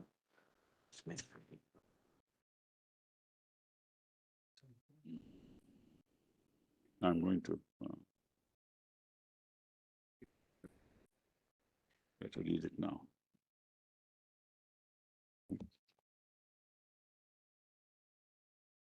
$374. That also is there, same thing. The same article.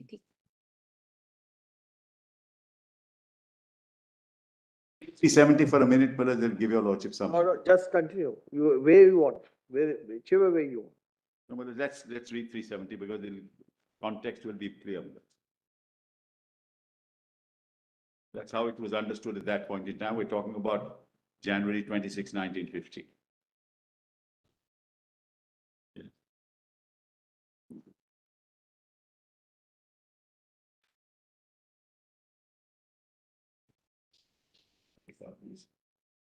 Well, let's, my lords, have the Constitution. Yes.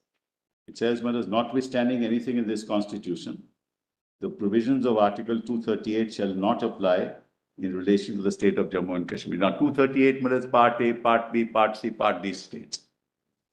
That's what 238 was, Malad. So it couldn't apply. It's neither, the Jammu Kashmir didn't fall into that category. Sui generis. The power of Parliament to make laws for the said state shall be limited to those matters in the union list and the concurrent list, which in consultation with the government of the state are declared by the president to correspond to matters specified in the instrument of accession, governing the accession of the state to the Dominion of India, as the matters with respect to which the Dominion legislature may make laws for that state. And such other matters in the set lists as with the concurrence of the government of the state, the president may by order specify. So the items, whether it's communication, defense, foreign affairs in consultation, for all matters concurrence, for all other matters concurrence. Explanation. For the purposes of this article, the government of the state means the person for the time being recognized by the president as the Maharaja of Jammu and Kashmir, being acted on the advice of the Council of Ministers for the time being in office under the Maharaja's proclamation, dated 5th day of March 1948. This explanation was added later, Maharaj, and I'll point that out to your lordship later. It was amended later, Maharaj, this particular explanation. The provisions of Article 1 of this article shall apply in relation to that state. Such of the other provisions of this Constitution shall apply in relation to the state, subject to such exceptions and modifications as the President may by order specify, provided that no such order which relates to matters specified in the instrument of accession of the state referred to in paragraph 1 of subclause B shall be issued except in consultation with the government of the state, provided further that no such order which relates to matters other than those referred to in the last proceeding proviso shall be issued except with the concurrence of that government. If the concurrence of the government of the state referred to in paragraph 2 of subclause B of clause 1, or in second proviso to subclause D of that clause be given before the Constituent Assembly for the purposes of framing the Constitution of the state is convened, it shall be placed before such assembly for just decision as may be taken thereon.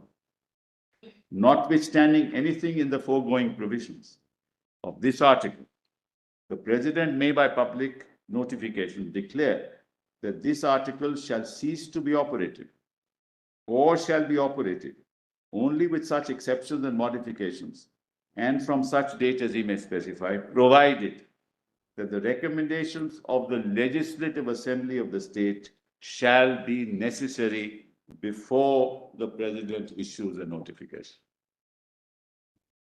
Constituent Assembly. Constituent Assembly. This now is replaced by the Legislative Assembly.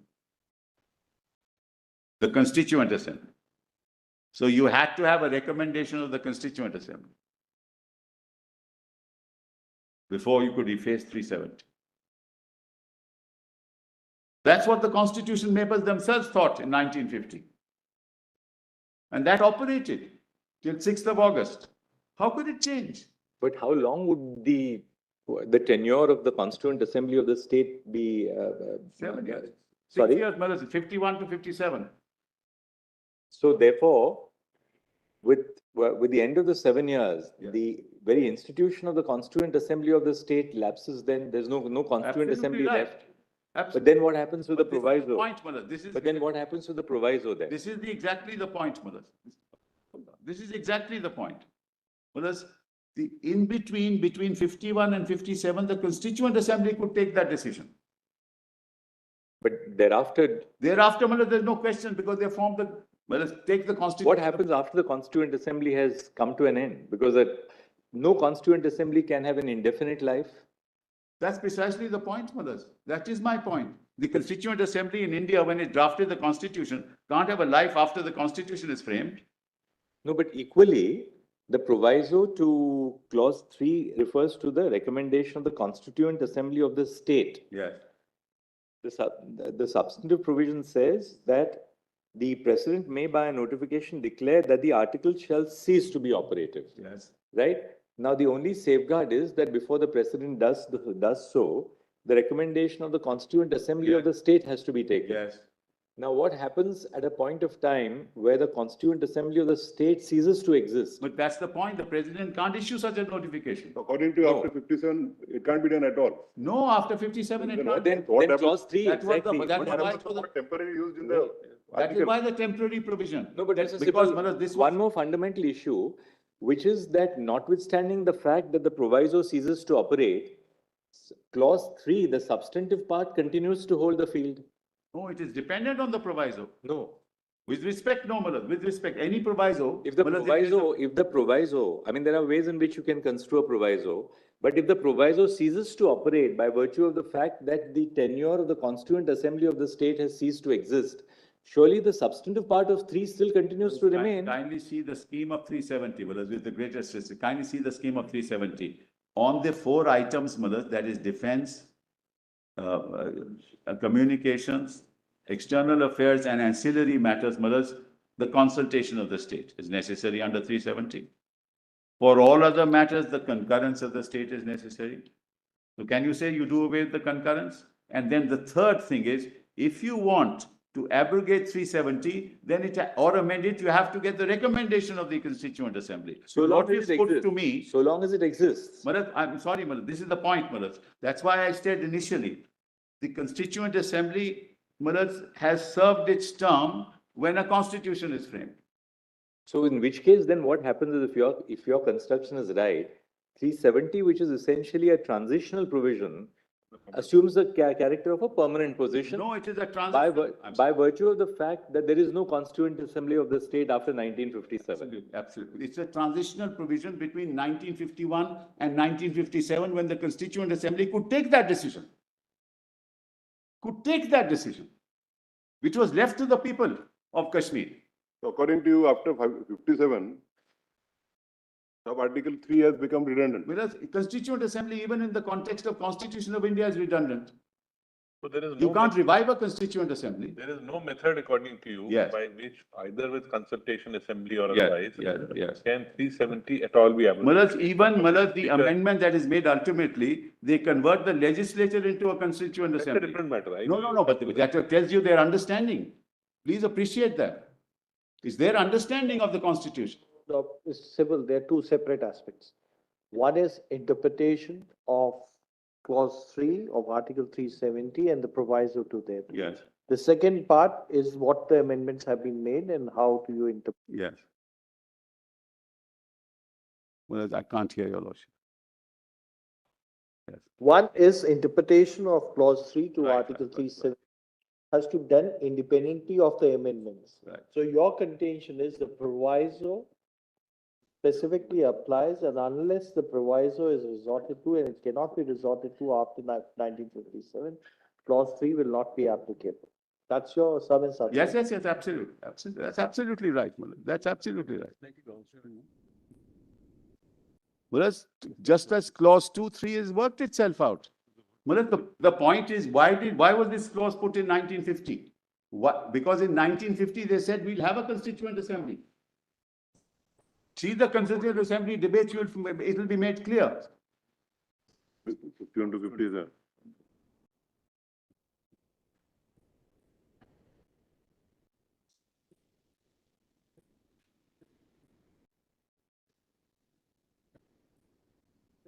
No, but the fact is in 370, at that time the Constituent Assembly was not there. The whole purpose was.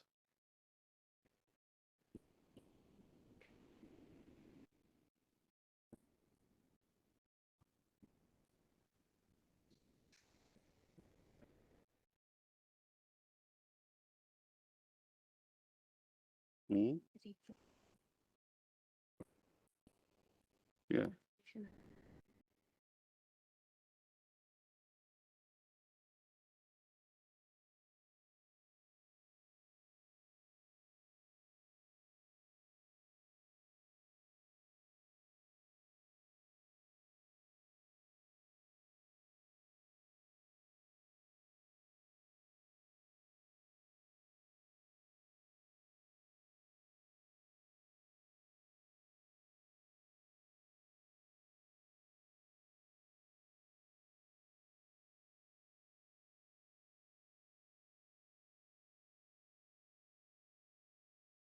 To accept your submission, we'll have to postulate that clause 3 becomes a sort of a constitutional article which falls into desuetude after 7 years. Yes, absolutely. Because How can that be? Whereas I- Clause 3 still continues to survive. whereas The limitation Kindly on see clause 3 may cease to operate. kindly see 369. Continues, Madhur. Kindly see 369. Temporary powers to Parliament to make laws. That's the part. Part 21, Madhur. See, 371 begins with a non-obstante clause. It Yeah. overrides the entirety of the constitution. Absolutely. Madhur. But So does the clause Constitution. 3 contains a non-obstante clause which overrides clause 1 as well. Yes. So therefore, notwithstanding, because 371 makes special provisions in relation to the state of Jammu and Kashmir. Correct. But 373 has a non-obstante provision which overrides the non-obstante clause in clause 1. For that period, Manoj, we are not disputing that. What your lordships is putting to me, there is a structure in place that was envisaged by the constitution in Manoj 1950. At that time, there was no constituent assembly. Why did they mention constituent assembly? Need not have mentioned it. Kindly look at it from that point of view. What was the reason to mention constituent assembly in 370 when it was not even in place? They could have said government of Jammu and Kashmir. Why did the constitution makers, Manoj, include the term constituent assembly in 3? Because they knew that the constituent assembly will frame a Actually, constitution. there was no limited, the acceptance of sovereignty of the Dominion of India was complete. They didn't say in the instrument of accession that we accept the sovereignty of the Union of India for some limited purposes. They accepted the sovereignty for all intents and purposes. That acceptance of sovereignty was complete, but they reserved certain rights to themselves over certain legislative subjects. So in that sense, the accession was complete. The acceptance of sovereignty was complete. Now, consistent with that, therefore, it said that in clause 3, that the Union of India would have, the President of India would have the right to abrogate Article 370. Not the Condition Union- that subject to Not the the Union of recommendation. India, but that's on the President. recommendation of the Constituent Assembly. Not Union of India has no right to tell that it is recommended. The word is recommendation of the Constituent Assembly. Then they can exercise that right. That's how you interpret a proviso. You can't say that they have the right sovereign, forget the proviso, even the recommendation of the Constituent Assembly, because it doesn't exist. Then 368 2 proviso also goes, Maras. Therefore, the reason is simple, Maras. The genesis of it was the fact that in 370 itself, it was mentioned that the Constituent Assembly has a role to play in the abrogation of 370. Otherwise, if your lordship says it had no role to play, there was no need for 370 sub-article 3.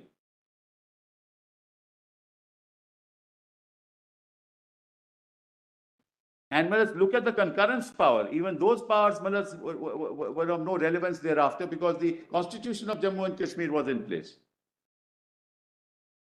Therefore, there was no need for concurrence anymore.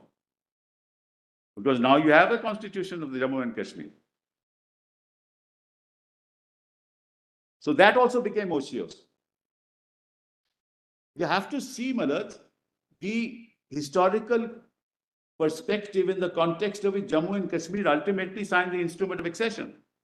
Nobody disputes whether they are integrated into India, but subjected to a constitutional provision. Therefore, the submission is that once the period stipulated in the proviso to clause 3 had come to an end, Yes. the power under clause 3 itself came to an end. Because it's no longer alive. The Constituent Assembly, like in India, Malas, can, for example, today, Malas, there can't be a provision in the Constitution of India with reference to a Constituent Assembly, because the Constituent Assembly has worked itself out. It has formed the Constitution. Now, if it is decided that they would abrogate 370, the Constituent Assembly would have said, we abrogate 370. Which is why it was a temporary provision. Not because of the fact that under as a Union of India, it was Oh, Mr. deemed to be a Hon'ble, temporary. How could it be? Hon'ble, sorry, interrupting you at this stage. It does maybe just putting a question. Sure, I'm sure. not. If one looks at Article 370, clause 1B, 1B, yes. the power of the Parliament to make laws for the state shall be limited to, it says, matter in the union list and the concurrent list in consultation with the, which in consultation with the government of the states are declared by the president to correspond to matters specified in the instrument of accession governing the accession of the state to the dominion of India. Right. To such other matters in the list as with the concurrence of the state, government of the state, the president may, in the order may specify. Yes. Then explanation deals with what is meant by the concurrence of the state. Right. Then it says that provided that no such order, the first proviso, provided that no such order which relates to the matter specified in the instrument of accession of the state referred to in paragraph 1 of subclause B shall be issued except in consultation with the government of the state. Correct. Provided further that no such order which relates to matters other than those specified in the last preceding proviso shall be issued except with the concurrence of the government. That's right. So the second proviso talks about concurrence of the government. Now, if one looks at clause 2, Yes. it deals with a situation where the assembly or the government of the state is not there. It deals with the period when the constitutional assembly of the state was in existence, but the government or the elected assembly was not in existence. And therefore, the proviso to clause 3 will only be applicable as long as the government of the state or the assembly is not elected. Because election of the assembly will take place after the constitutional assembly of the constitutional assembly of the state of Jammu and Kashmir enacts the constitution. Government was always in place from day No, one. no, maybe so. Government is always in Because place from day one. that appears to be the broad outline of this, outline of Article 370. What clause 2, when it refers to the Constitutional Assembly of the state, it is for the purpose of for framing the constitution of the state, which shall be placed before the assembly for such decision as may be taken thereon. Correct. So the Constitutional Assembly of the state makes the constitution, frames the constitution, it goes before the constitution. No, it can state in the constitution that that the 370 is abrogated. What problems are there? It has the power. That's why there is a constituent assembly. And it says, Malaj, notwithstanding anything in the foregoing provisions, kindly note that. Notwithstanding, Malaj, 37(1)(b)(1) and 37(2), notwithstanding any of that. So, Malaj, you start the article by saying notwithstanding anything in this constitution, and 3 starts with notwithstanding anything in the foregoing provisions. That is notwithstanding the opening part of the article also. There was a government, yes. Yes. Existence of Constituent Assembly of the state. Yes. If sub-article 3, Yes. according to you, Yes. has become non-existent, ceased to operative, Yes. then how the very temporary nature of Article 370 will survive? That's why, because it's temporary, because the Constituent Assembly had not been framed, but at that point in time had not been constituted. In 1950, when this provision was added in the Constitution. No, if sub-article 3 goes, then that means Article 370 can never be abrogated. Yes, that's the whole point, Mullah. That is our case. Then how it is temporary? It is temporary because when this article was framed, Mullah, there was no Constituent Assembly. It was the Constituent Assembly which could have taken the decision that we will abrogate 370 and merge completely with the Union of India like any other state. Mr. Sibal, your contention, if I've understood you correctly, is that the temporary nature of 370 is correlatable to the Constituent Assembly. Life. That's my And answer. in a way, subclause 3 becomes otious once the Constituent Assembly ceases to exist. This is your contention. My contention. From 51 to 57, it is temporary. Your lordships of the Constituent Assembly, they say the same thing. Mr. Iyengar, they say the same thing, what I'm saying, Madam. I'm just trying to phrase it as I understand I- it. I- So I'm clear The that lordships have understood it, and I also understand your lordships, what your lordships are thinking, Madam. So I have to respond to that. According to it is temporary between 51 to 57. That's correct. And thereafter permanent. The reason is simple, Malas, all constituent assemblies are temporary. There is no permanence in a constituent assembly. So when you, Role is limited to framing the constitution. yes. Therefore, Malas, if it is temporary by its nature, which is why I started by saying this is a political exercise. That's why I, Malas, started with that summation before your lordships. The formation of a constituent assembly is a political exercise to ensure that people within the territory of a particular region, their aspirations are taken into account to formulate a law and a constitution to ensure that those aspirations are met in future times to come. It's not a law-making exercise. Then they framed the constitution to take into account those aspirations. That's how our republic came into force. Because there was the 1935 Act, there was diversity. Well, let's kindly look at it historically. Let's not forget the law for the moment. Look at it historically. If you look at Europe and the making of the nation states in Europe, how did that happen? It happened because there were large empires, the Austro-Hungarian Empire, Prussian Empire. And whereas those large empires had communities and within those empires, there were peoples of different languages, of different cultures, of different ethnic lot. So it is the breakup of the empire that led to the rise of the nation state, the Treaty of Utrecht, the 1848 revolutions. Right? In India, the process was the opposite. It's the only exception. The process was just the opposite. There was disparity. There were existing disparities. There were 562 princely states. There were states, which were part of the British Crown. They had to be amalgamated. And each of them, had certain conditions. But then ultimately they all agreed, okay, for the states that were part of 562, all agreed. But this particular state of Jammu and Kashmir was an exception. And the exception was constitutionally engrafted in Article 370.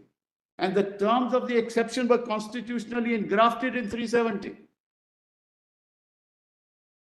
You can't jettison the people of the state of Jammu and Kashmir and decide that then what's the difference between this and whether it's the act of the crown? What's the difference between this and the annexation of Junagadh? Or the annexation of Hyderabad?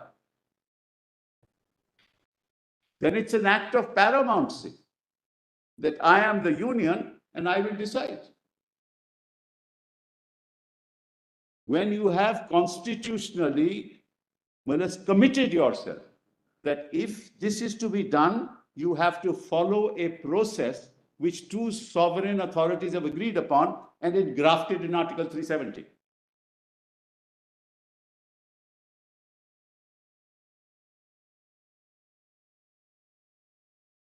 Otherwise, then it's exercise of paramount power.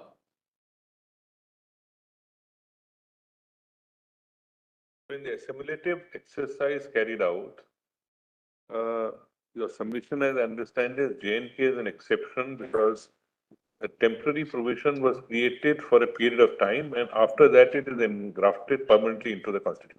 Because you can't revive the Constituent Assembly. I'm just saying, what is that? That's what my submission. I appreciate, your lordships have fully understood what I'm trying to say. What is it that you have a state of Jammu and Kashmir with today 14 million people. At that time, there were much less. They have no role to play in their own fate. They have no role to play. If in 1950 it was part of the union, there would be no issue. The aspirations, the desires of the people, whatever it is, Mullah. After all, this was something that also had international repercussions at that point in time. If a elected assembly would want to abrogate 370, even that is not possible. Not possible, not possible. That is why they had to, do these things in the manner that they did. But the only way we can reach to that conclusion is by saying that once the period for the work of the Constituent Assembly of the state comes to an end, then what is essentially a temporary provision assumes a permanent character in the Constitution. But that, yes, Lordship is right, except.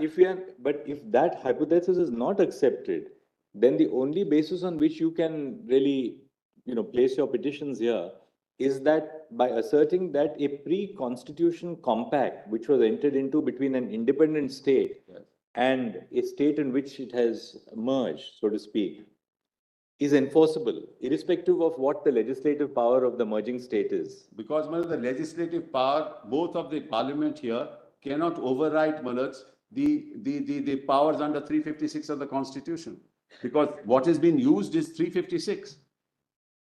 There is no such power under 356 that can take Or can an independent state, which accepts the sovereignty of another state unconditionally, still say that, well, if the parliament of that state to which we have assumed the sovereignty of is still restrained in terms of the original compact? It's unconditional, it's unconditional. And apart from, forget about that. Can Parliament of India, Parliament of India, in the context of its responsibilities and powers under the Constitution of India, do an act beyond 356? Can't. There are very complex issues that your lordships will have to decide. This power is exercised under 356. How is that can be exercised under 356? 356 itself is a temporary power. What are you trying to say is to me? Well, what you are saying, you see, which means even, let us say, a hypothesis that the will of the people is to abrogate it. Yes. Which is reflected by an assembly elected. Yes. You are saying even that scenario, it cannot be done. Trying to understand the consecutor would be, even then it can't be done. But that would be a political act then, Manoj. I would say that if that situation arises, it would be a political act. That's not been done, but be that as it may. Manoj, kindly look at it from this point of view. 356 itself is a temporary provision. What's the purpose of 366? To restore democracy. Is the intention behind the 356 position, which is a temporary provision, to decimate democracy? No, Mr. Simple, let's keep 356 aside for the time being, because we are now interpreting No, I'm only 370. saying, We are interpreting clause 3 Yeah. to I'm just, 70. I appreciate We can't bring. No, I'm only saying these Look, are issues and, that will and arise. if one looks at it carefully, Yeah. subclause B2 says such are the matters in the said list with the concurrence of the government of the state, the president may by order specify. So all other matters which are not included in clause 1 can be now the parliament of the country can legislate with the concurrence Yes. of the government of the state. Correct. Now, what is meant by the concurrence of the government of the state is specified in clause 2, Yes. as long as there is no legislative assembly. Correct. In that case, it's the Constituent Assembly which will have the power, Yes. and after the state assembly has been constituted, then it will be placed before the state assembly. Correct. That's the purport of clause 2. Absolutely right. So that's also worked itself out. One. Yes. But once the state assembly has been constituted, Right. in terms of the constitution of the state, then it is governed by the proviso first and the second proviso to clause 1, Yes. which says, provided that no such order which relates to matters specified so and so in consultation with the government of the state, Yes. concurrence is not required Yes, because it's that's already right. included in the Yes. order of accession. The second proviso applies when it is not included in the order of succession and says, provided further that no such order which relates to matters referred to in the last provision shall be except with the concurrence of the government. Correct. So all that is required is concurrence of the government. Right. But to say that the proviso to clause 3 Right. will operate even after No, it the says this constitution. article shall cease to operate, not just any laws, that this article shall cease to operate. There's a difference, Malad.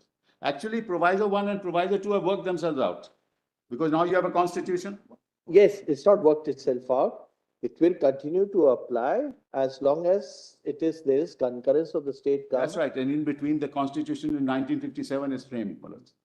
So that there was no CO after that. Except for the ones, there were a couple of COs, but ultimately it's in three, it's in that's different.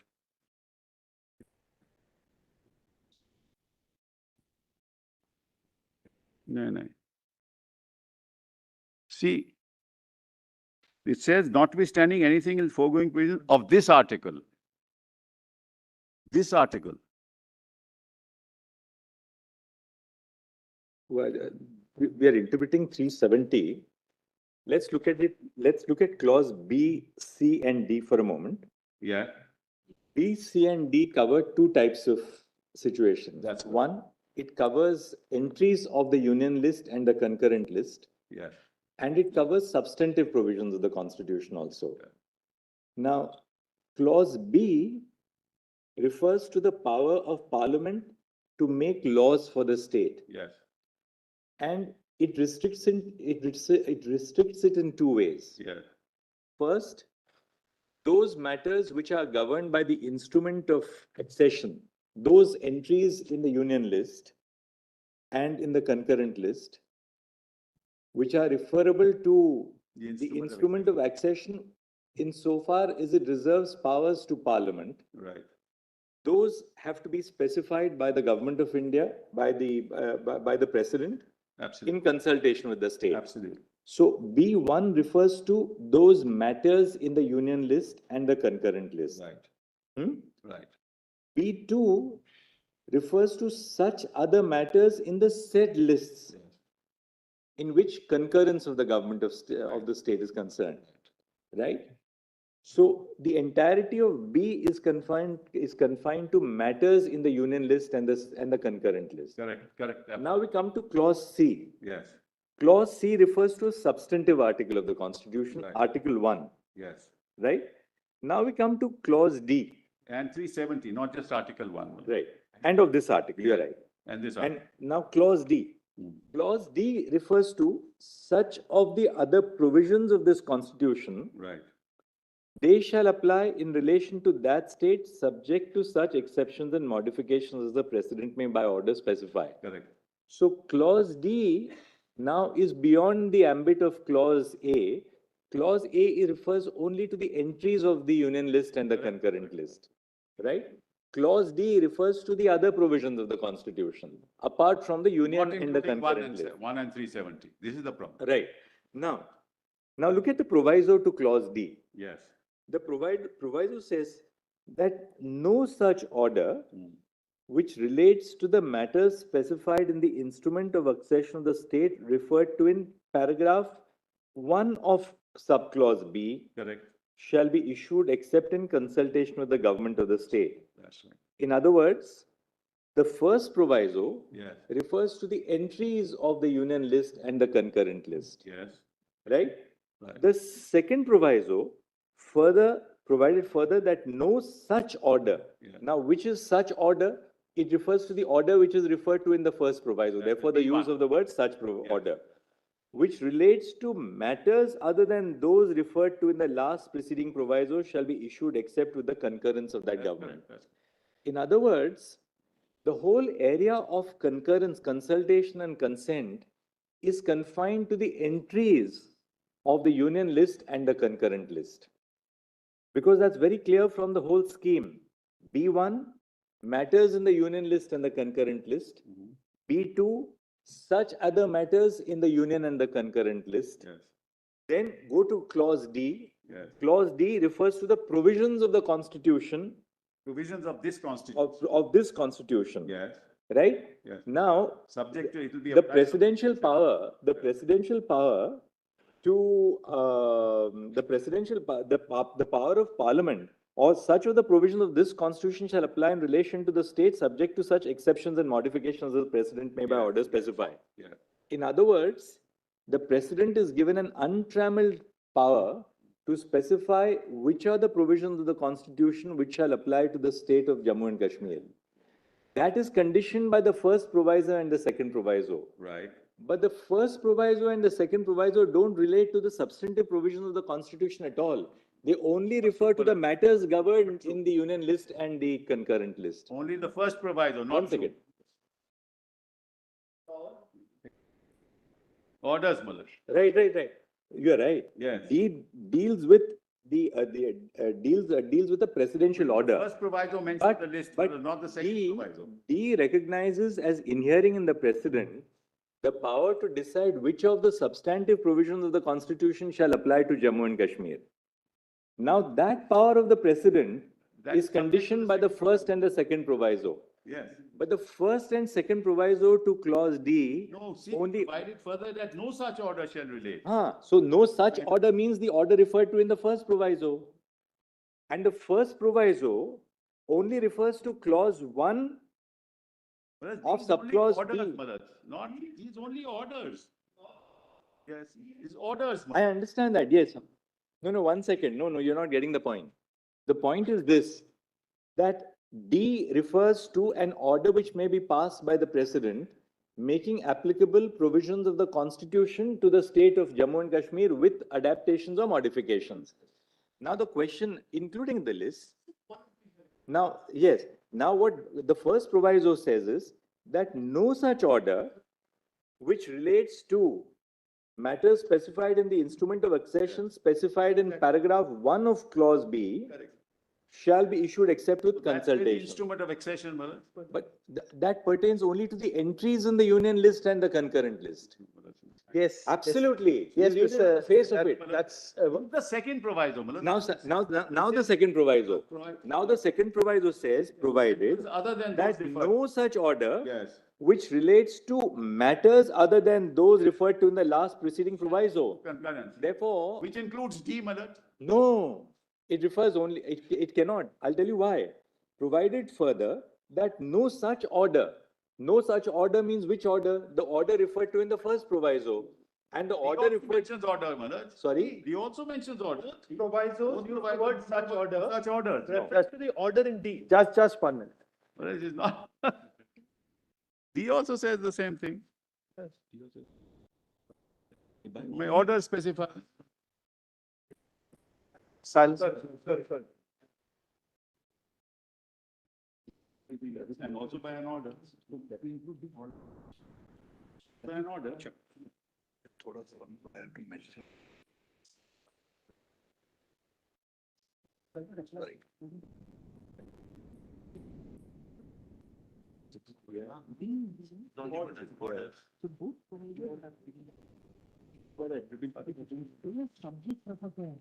That's right.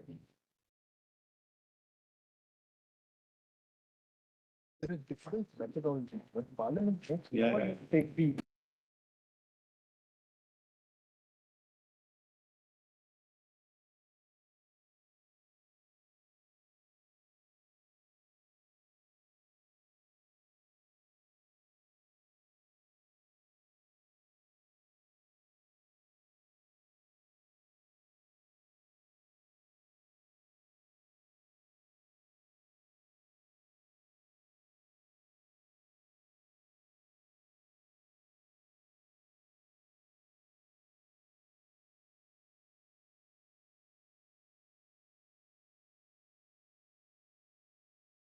Look, Honorable the Chief Justice, in the morning I'd mentioned a matter, there's dire urgency. There are 23 protests going on simultaneously well, we have a very volatile situation due to very unfortunate situations that happened in the neighboring state in Haryana and Nu.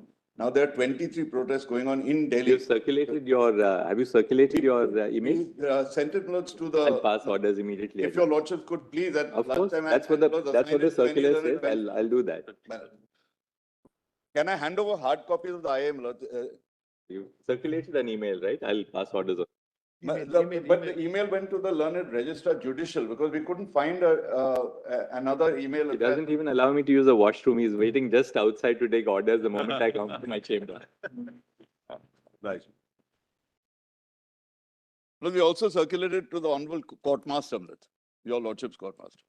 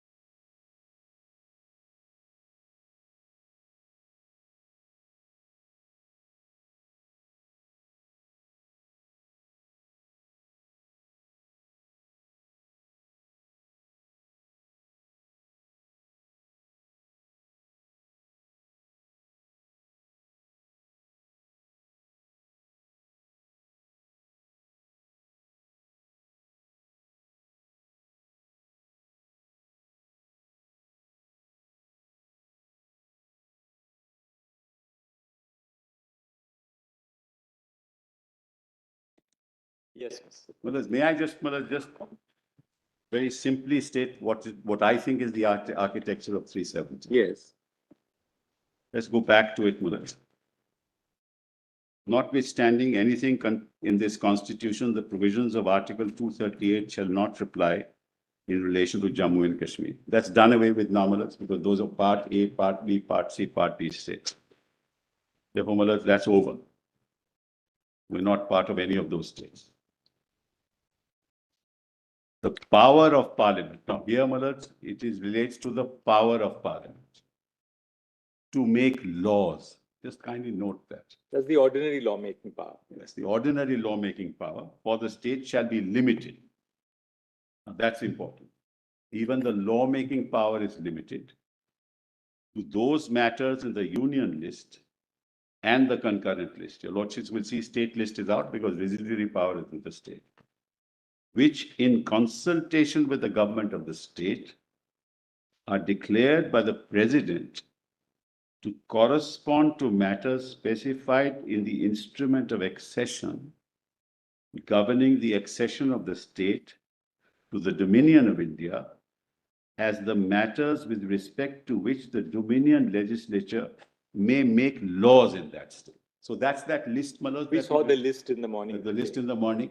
So it is only those that Parliament may make laws, but that also with consultation. And consultation is mentioned here itself. Doesn't have to be repeated in the proviso, it's mentioned here itself. Correct? That also has to be consultation.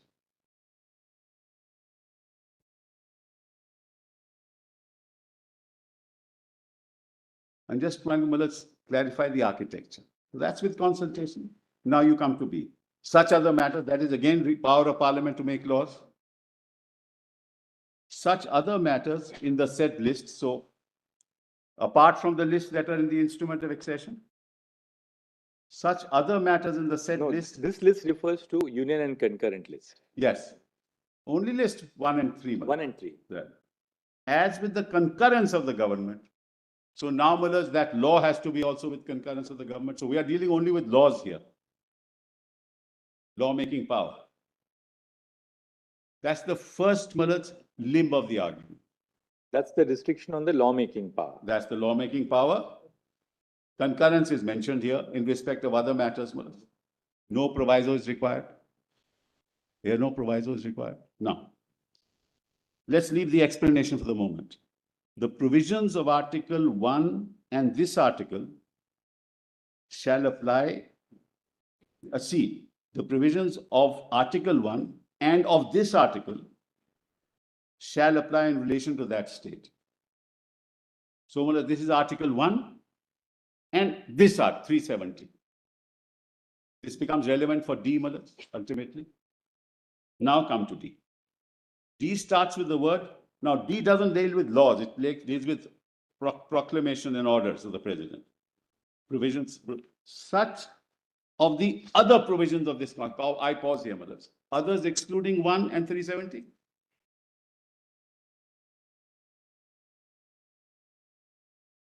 One second, hold on. Let my lords read it. So D is, C says the provisions of Article 1 and of this article shall apply in relation to that state. And D says such of the other provisions, that is excluding 1 and 370, shall apply in relation to that state, subject to such exceptions and modifications as the president may by order specify. Just 1 minute. C cannot be read in isolation without reading sub clause 1. Notwithstanding anything contained in this constitution, Correct. the provisions of Article 1 and this article shall apply in relation to that state. Correct. So that means only that Article 1 and this article will apply only in relation to that. That's all I'm saying, nothing more. Then read D. Now D, if one reads D. Such of the other provisions. Correct. Which means 1 and 370. As well as other than the matters in the concurrent and the union list. That's correct. That also. That also, I agree. And 238 also. Just 1 minute. Reading of D.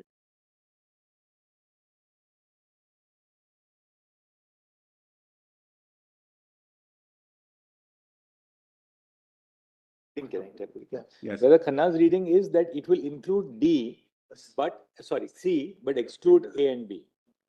Cannot, Mullah. It will. Otherwise, it'll lead Yeah. to a situation you are saying that 370 is a permanent article. Mullah, we'll come to that later whether it's. 1 minute, yes, that's your argument. Well, I 370 want- is a permanent article which cannot be undone by, even with the concurrence. Let me forget that when I made that argument. Right now, you're just giving us the structure of the article. Forget that what I made that argument. That you're It giving is us the structure, temporary- yes? It is temporary on 26th of January 1950. Let's forget about anything else.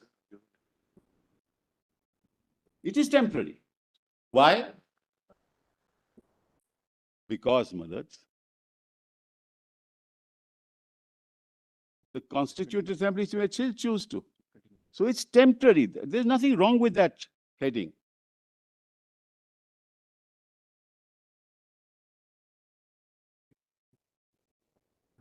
Let me finish. Let me finish the architecture and then I'll come back.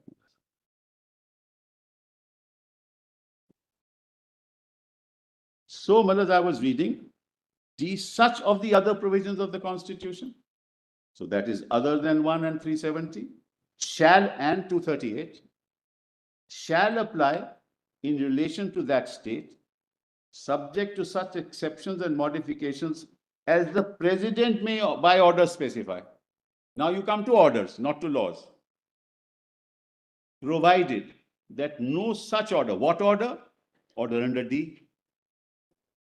Colon, read the colon, Malaz, specify colon.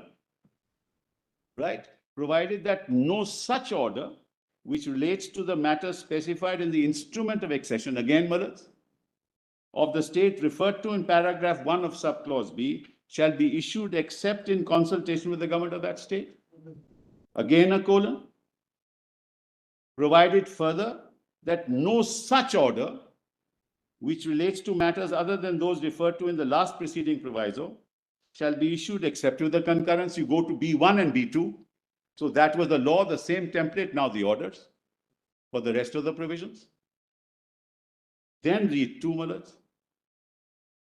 If the concurrence of the government of the state referred to in paragraph 2 of subclause B of clause 1 or in second proviso to subclause D of that clause be given before the Constituent Assembly for the purpose of framing the constitution of the state is convened, it shall be placed before such assembly for such decision and may be taken thereon. Same template of B and D, Malaz. And they can reject it. They need not confirm it.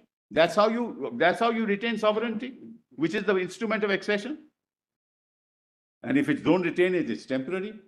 That's why temporary.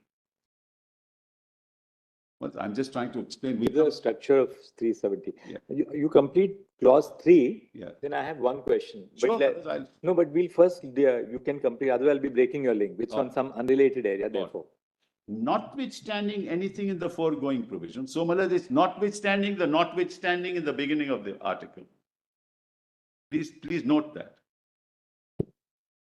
Notwithstanding anything in the foregoing provisions of this article, so notwithstanding in 370, the President may by public notification declare that the article shall cease to be operative or shall be operative only with such exceptions and modifications and from such date as he may specify, provided that the recommendation of the Constituent Assembly shall be necessary before the President issues such a notification. So if the Constituent Assembly recommends it, namely, that we want to abrogate 370, then on that recommendation, the President will issue a notification. And this article is contained in subclause 3. Doesn't have to be in D.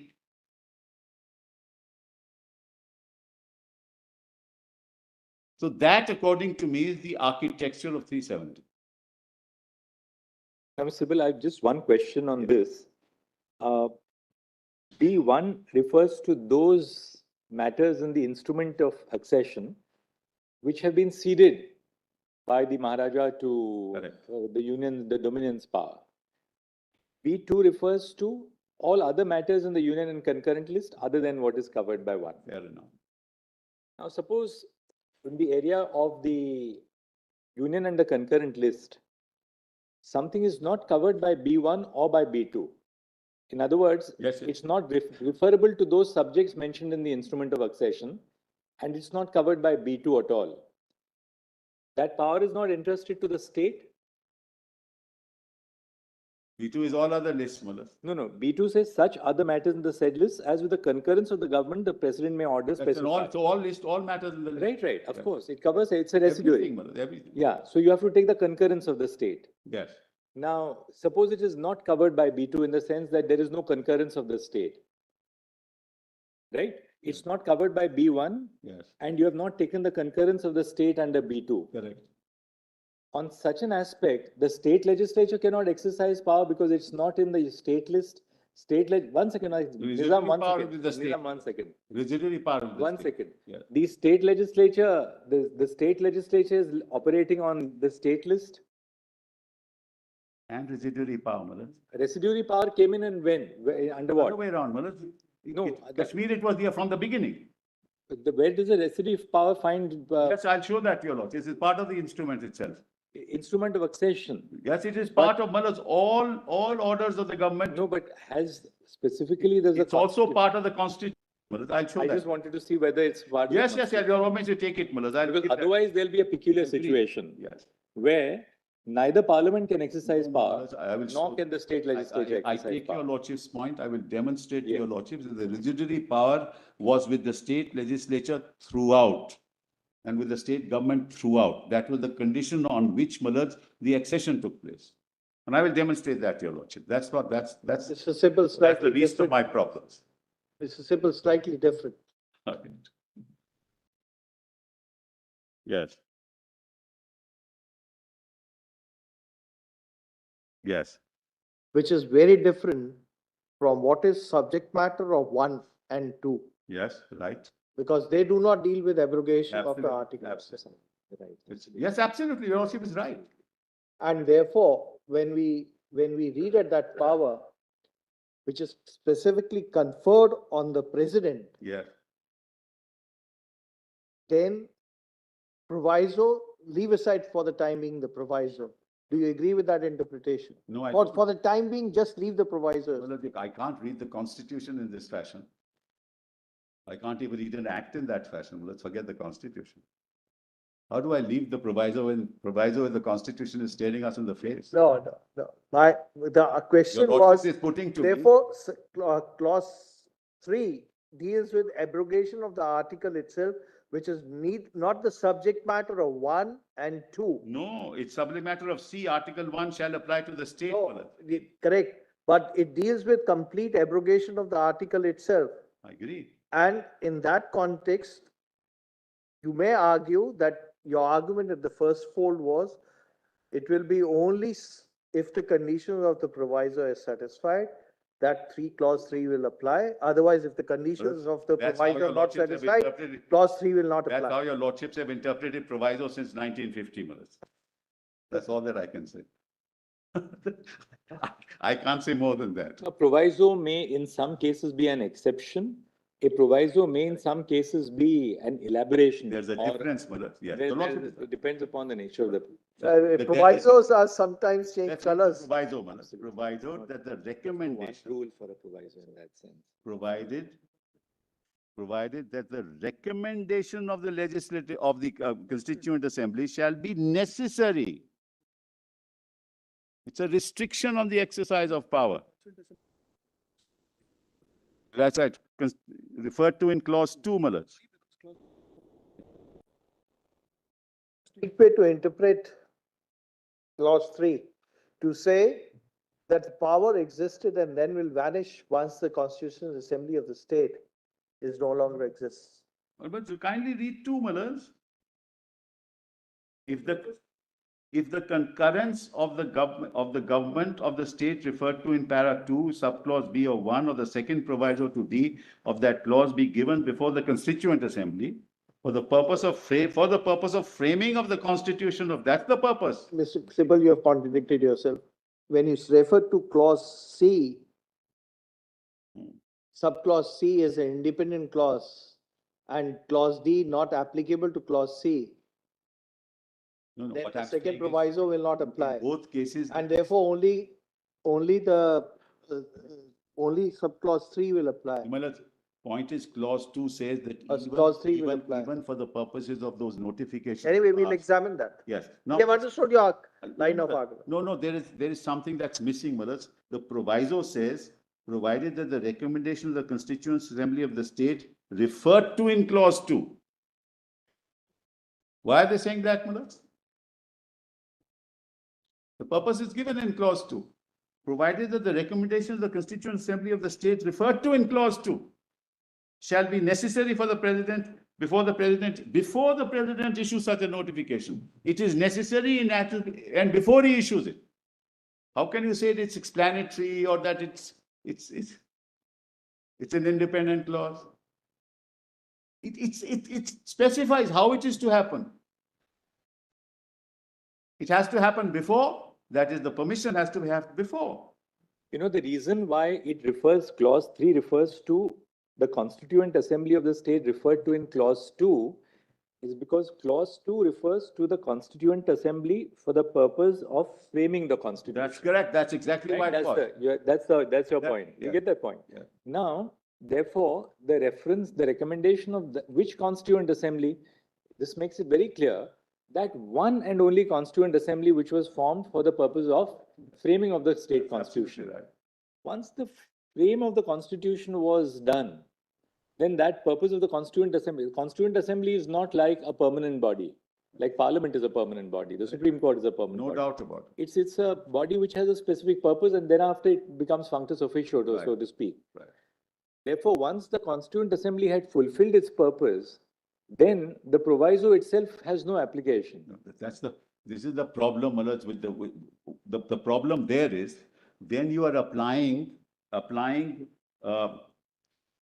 3 without the proviso and saying this is a blanket power, then Malaj, the president can do it anytime without any consultation with Also, Mr. anybody. Sibal, one thing which we Just must bear in passes an mind- order. Mr. That I Sibal, integrate. That's One slowly, thing which slowly. we have to also bear in mind is all these provisions are in Part 21.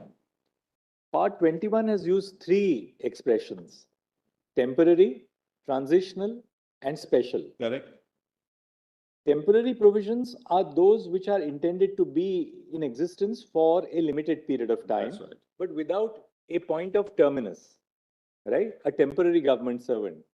That person is temporary Oh, sure. for a limited period of time, Right. but whose services are to be terminated. Until you are terminating the services of that person still continues. Right. That's that broad concept, of temporary. Absolutely right. Transitional means something which necessarily has a terminus. That's right. That it Laws comes to made an- earlier, Right. I'll show you some of the transitional provisions in this part. Right. And third is special. Right. Now we'll see, for instance, after 370, we'll get some idea from the provisions after 370. Say 371, special provision with respect to Maharashtra and Gujarat. 371A, special provision for Nagaland. Yes. Then we get 371B, special provision for Assam. Correct. 371C, special provision for Manipur. That's correct. D, for the state of Andhra Pradesh and Telangana. Right. E, establishment of Central University in AP. F is special provision for Sikkim, which came in 75. Right. G, Mizoram. H, special provision for Arunachal. Yes. Then I for state of Goa. J for the state of Karnataka. Right. Now, after these special provisions end, we come to 372, Right. which continuance in force of Existing laws. existing laws, Yes. which then says, shall continue in force until altered or repealed or amended by a competent legislature Right. or by any other, like the penal code. Right. It just continued in force until it is altered. Then similarly, now we have 372A, power of the president to adapt laws. Right. And it says the president may by order made before the 1st of November 1957 make such adaptations and modifications. Right. So this was a transitional provision that the president had to make those adaptations by the 1st of November 1957. So it was a transitional provision. After that, the power lapses. So similarly, 373, was then came the provisions relating to the judges whose services had to be taken over by the Union of India, public service commissions, so on and so forth. And then 392, the power of the president to remove difficulties. Right. So therefore, part 21 basically covers special provisions, temporary provisions, and transitional provisions. Right. Now, it doesn't use the expression transitional in any head note or marginal note to the articles.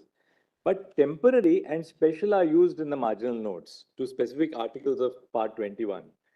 And 370 specifically uses the expression temporary. It had to, Malad. It had to. So, can we then, by saying that the power under clause 3 goes once the Constituent Assembly comes to an end, really convert this into a permanent provision, which it was never intended to be by the Constitution? But that's, Malad, your lordships are now putting to me, it was never intended to be. In 370, when it was put in, it had to be a temporary provision. It had to be, Malad. There was nothing there at that point in time. It had to be, Malad. It could never be a permanent thing. So why did the Constitution then put it in part 21? Because, Malad, it is a separate, it relates to a particular state where the two sovereigns have come together and made a compact which is incorporated and integrated. No, part 21 does not deal only with Kashmir. Does not deal only with Jammu and Kashmir. It deals with other states also. I'm sorry, I didn't get. Part 21 Yes. does not deal only with Jammu and Kashmir. No, of course not. That's why I think it's a separate independent provision and has to be interpreted on its own terms.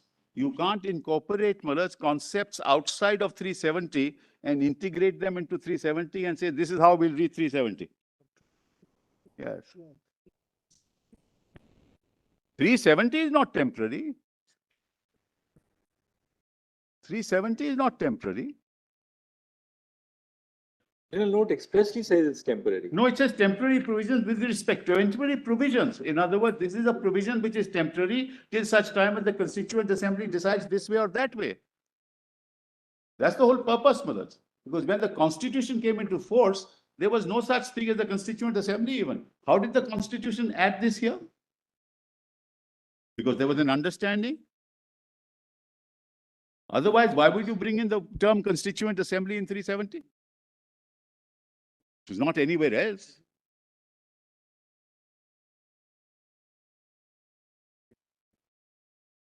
Temporary, supposing, not that I should say so, because one never knows. Supposing the Constituent Assembly decided not to be with India, then what happens?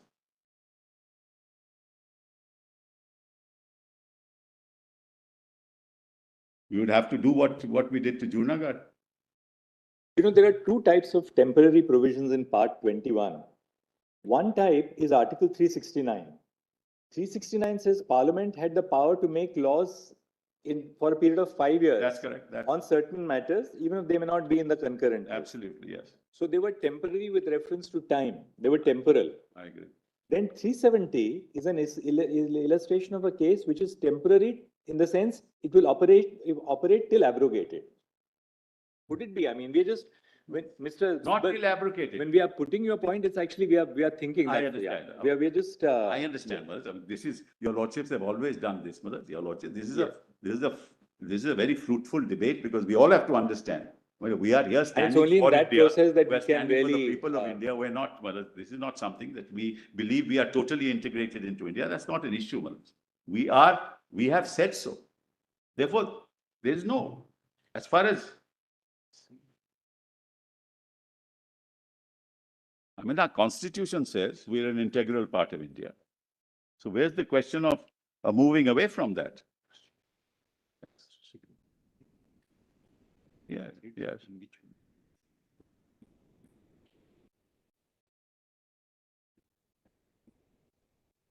Yeah. Yeah.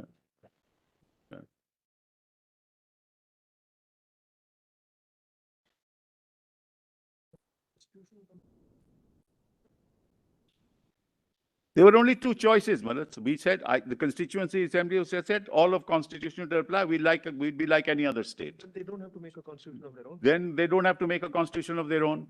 Indian constitution of best. One second. They don't have to make a constitution of their own.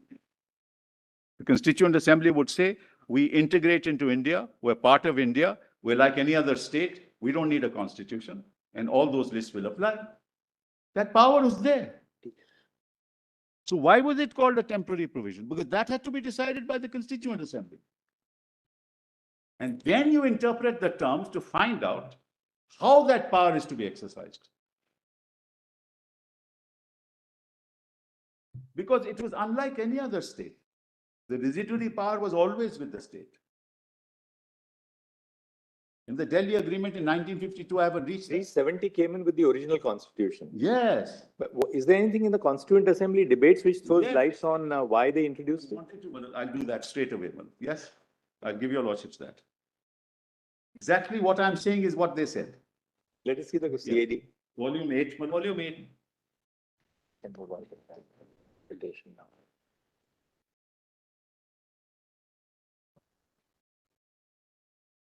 This volume 8, huh?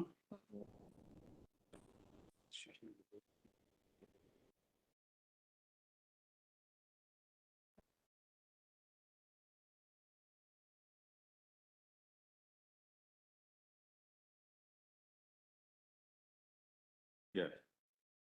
Originally, let's kindly see volume 8, PDF page 1173.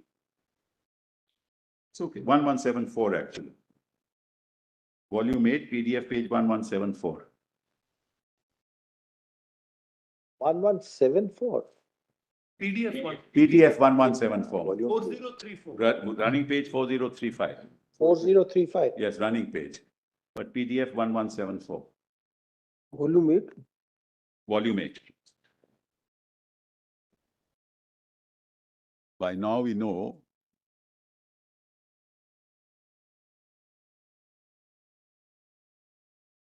your lordships elicit answers in order to find out what we wish to say. Not that your lordships have ever decided on one way or the other. We always do that, and I've seen The this last happening word is before. said in a matter, Yes, Mr. exactly. Sibal, everything is open. When the printed word comes, that's the last word. Yes, I always felt Mr. Sibal, as the judge is very quiet, there is a problem. That's a real problem. It's a real problem, which we face Actually, Mr. occasionally. Sibal, there are times when you start dictating a judgment, you start dictating it with a certain... And then you change your mind. And you start dictating with a certain conclusion in mind, because that's what you have formed. When you start dictating it, Yes. then you realize that your line of reasoning is wrong, because, when you dictate, the logical syntax has to fall in place when, you are engaged with yourself. Then you realize, no, it's not going to fit in like this. Quite frankly, Milad, and I'll be honest, when I looked at it myself, I asked this question that your lordships is asking me. I must ask that question. 4034, Mr. Yes, 4035. Oh, sorry, 1174, Yes, 1174. Then kindly come to Milad, the sentence starting.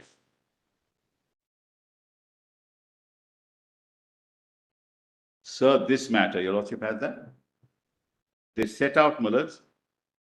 Gopal Swami Iyengar? Yes, Iyengar, Gopal Swami Iyengar. Yes. Then it says, sir, this matter, the matter of this particular motion relates to Jammu and Kashmir. The House is fully aware of the fact that the state has acceded to the dominion of India. The history of this accession is also well known. The accession took place on 26th October 1947.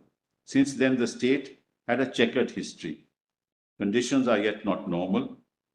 The meaning of this accession is that at present the state is a unit of a federal state, namely the Dominion of India. This Dominion is getting transformed into a republic, which will be inaugurated on 26 January 1950. The Jammu and Kashmir state, therefore, has to become a unit of the new Republic of India. As the House is aware, accession to the Dominion always took place by means of an instrument which had to be signed by the ruler of the state and which had to be accepted by the Governor General of India. That has taken place in this case. As the House is also aware, instruments of accession are a thing of the past in the new constitution, will be a thing of the past in the new constitution. The states have been integrated with the Federal Republic in such manner that they do not have to exceed or execute a document of accession for the purpose of becoming units of the Republic, but they are mentioned in the constitution itself. And in the case of practically all states other than the state of Jammu and Kashmir, their constitutions also have been embodied in the constitution for the whole of India. And all those other states have agreed to integrate themselves in that way and accept the constitution provided. The discrimination is due to the special, why this discrimination? That's the question asked. The discrimination is due to the special conditions of Kashmir. That particular state is not yet ripe for this kind of integration. It is the hope of everybody here that in due course, even Jammu and Kashmir will become ripe for the same sort of integration as has taken place in the case of other states. At present, it is not possible to achieve that integration. There are various reasons why this is not possible. Now, I shall refer again to this a little later. In the case of other Indian states or unions of states, there are 2 or 3 points which have got to be remembered. They've all accepted the constitution framed for states in part 1 of the new constitution. And those provisions have been adapted so as to suit conditions of Indian states and union of states. Secondly, the center, that is the Republican Federal Center, will have power to make laws applying in every such state or union to all unions and concurrent subjects. Thirdly, a uniformity of relationship has been established between those states and unions and the center.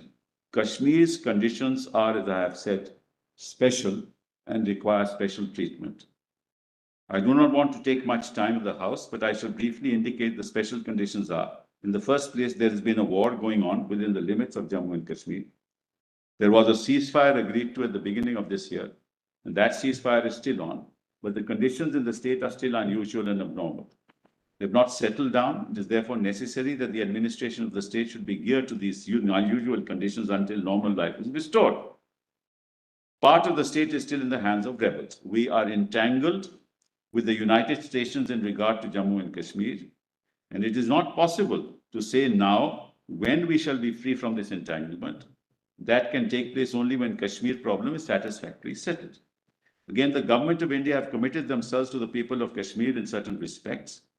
They have committed themselves to the position that an opportunity would be given to the people of the state to decide for themselves whether they will remain with the Republic or wish to go out of it. We are also committed to ascertaining the will of the people by means of a plebiscite, provided that peaceful and normal conditions are restored and the impartiality of the plebiscite. This is not relevant anymore. Next sentence, next sentence. Next sentence, but this is not relevant. Plebiscite issue is not relevant. Part is not relevant as per your comment. Even the part before that. Yes, now see further, Mother. We have also agreed that the will of the people, through the instrument of a constituent assembly, will determine the constitution of the state as well as the sphere of union jurisdiction of the state. That's why it was a temporary provision. Now, next paragraph. At present, the legislature, which was known as the Praja Sabha in the state, is dead. Neither that legislature nor a constituent assembly can be convoked or can function until complete peace comes to prevail in the state. We've therefore to deal with the government of the state, which, as represented by in its council of ministers, reflects the opinion of the largest political party in the state. Till a constituent assembly comes into being, only an interim arrangement is possible, which is why it is temporary, and not an arrangement which could at once be brought into line with the arrangement that exists in the case of other states. This tells your lordships why it is temporary. Now, if you remember the viewpoints that I have mentioned, it is inevitable conclusion that at the present moment we could establish only an interim system. Article 306A as, now what is 306A? 370. is an attempt to establish such a system. Interim till the Constituent Assembly decides. I shall now proceed, Madam, that's not relevant. So clearly, Madam, clearly, it gives you an indication why it was interim. It gives you an indication why it was temporary. Because there was nothing in place. Legislature was not working, Constituent Assembly was not in place, and the will of the people had to be taken, which was reflected in the Constituent Assembly. Therefore, it was temporary. And therefore, 370, now remember this, when 370 is enacted in 1950, at that point in time, nothing is in place. And yet in 373, they say, you will have to get the recommendation of the Constituent Assembly. That is, dehors the Constituent Assembly having been formed. Dehors its constitution. Why would the Constitution say that?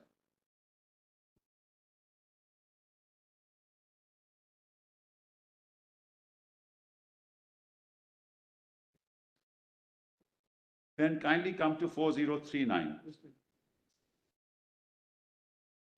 Second paragraph of 4039. Yes, that's. Now it's very interesting, Madam.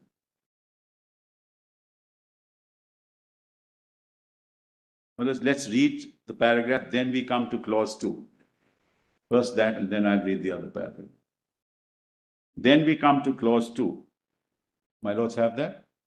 That's PDF 1178. 4039. That's right. Justice called them.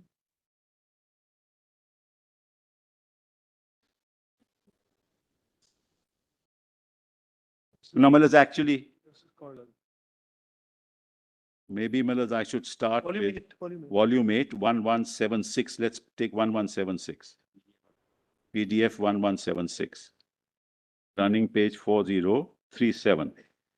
Then read the whole thing. You might read Yeah, I'll read the whole thing. because it's the interpretation they asked you before lunch.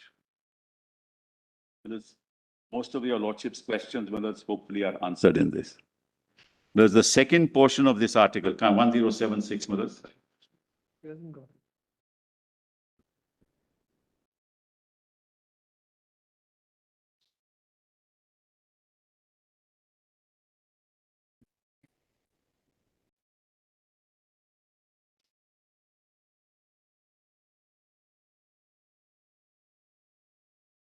Yes.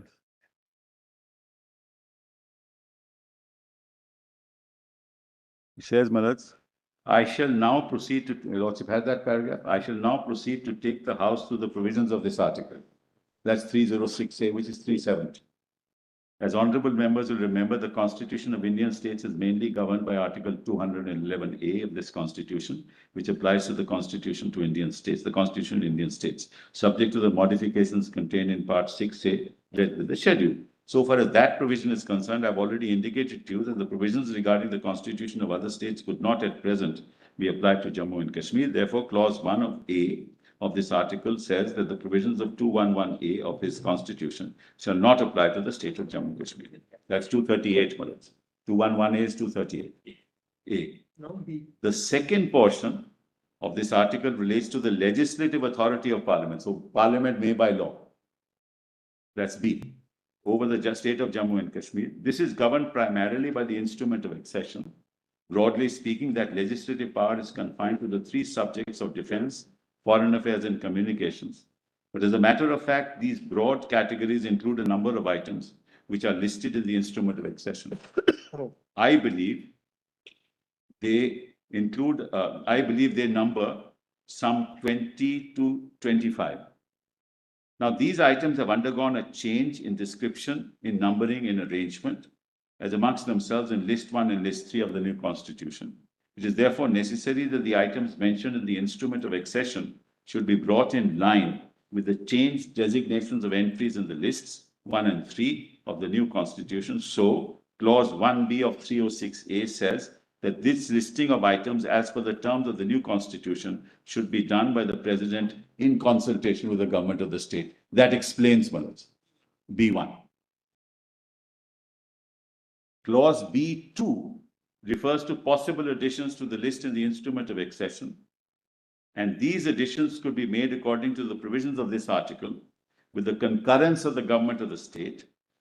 The idea is that even before the Constituent Assembly meets, it may be necessary in the interest of both the center and the state that certain items which are not included in the instrument of accession would be appropriately added to the list in that instrument so that administration, legislation, and executive action might be furthered. And as this may happen before the Constituent Assembly meets, the only authority from whom we can get consent for the addition in the government of the state that is provided.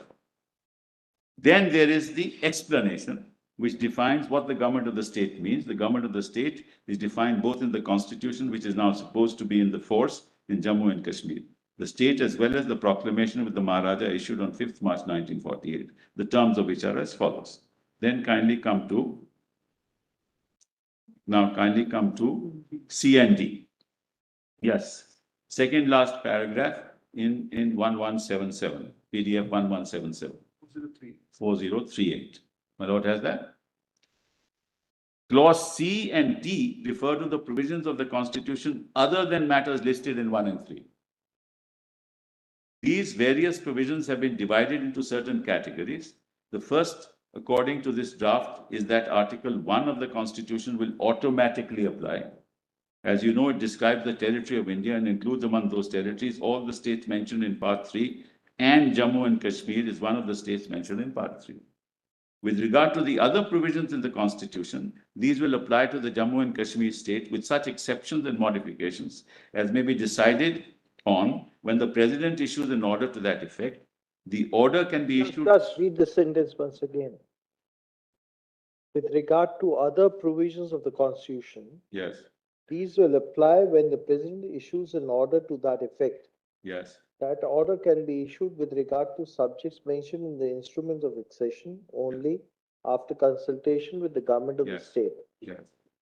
With Correct. regard to other matters, concurrence of the government has to be taken. That's B1 and B2, Madam. Two provisos, B1 and B2. That order can be issued in regard to subjects mentioned in the instrument only after consultation. In regard to the others, it concurs. Now, it is not the case, nor is it the contention of the members of Kashmir government, whom I took opportunity of consulting before this draft was finalized. It's not their intention that the other provisions of The case, no. Sorry.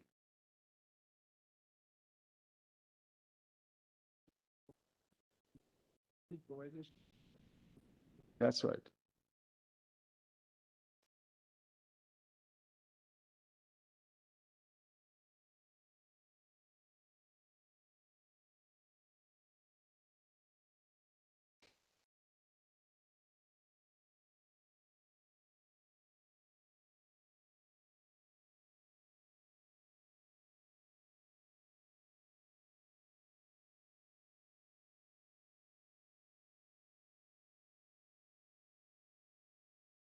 Now, it is not the case, nor is it the intention of the members of the Kashmir government, whom I took the opportunity of consulting before this draft was finalized. It's not their intention that the other provisions of the Constitution are not to apply. That particular point of view is that these provisions would apply only in cases where they can suitably apply and only subject to such modifications or exceptions as the particular conditions of Jammu and Kashmir may require. I wish to say that no more about that particular point at the present moment. Then we come to clause 2. You will remember that several of these clauses provide for concurrence of the government of Jammu and Kashmir state. Now, these relate particularly to matters not mentioned in the instrument of accession. And it is one of our commitments to the people and government of Kashmir that no such additions should be made except with the consent of the Constituent Assembly, which may be called in the state for the purpose of framing its constitution. In other words, what we are committed to is that these additions are matters for determination by the Constituent Assembly of the state. This is commitment. Now you will recall that in some of the clauses of this article, we have provided for concurrence of the government of the state. the government of the state feel that in view of the commitments already entered between the state and the center, they cannot be regarded as final authorities for the giving of this concurrence, though they are prepared to give it in the interim periods. But if they do not give this concurrence, this clause, if they do give this concurrence, the clause provides that that concurrence should be placed before the Constituent Assembly when it meets, and the Constituent Assembly will take whatever decisions it likes to take. What can be clearer than this? The last clause refers to what may happen later on, which is why it's temporary. So the paragraph which you read is with reference to clause 2, not with reference to clause 3. Yes, I'm not saying that.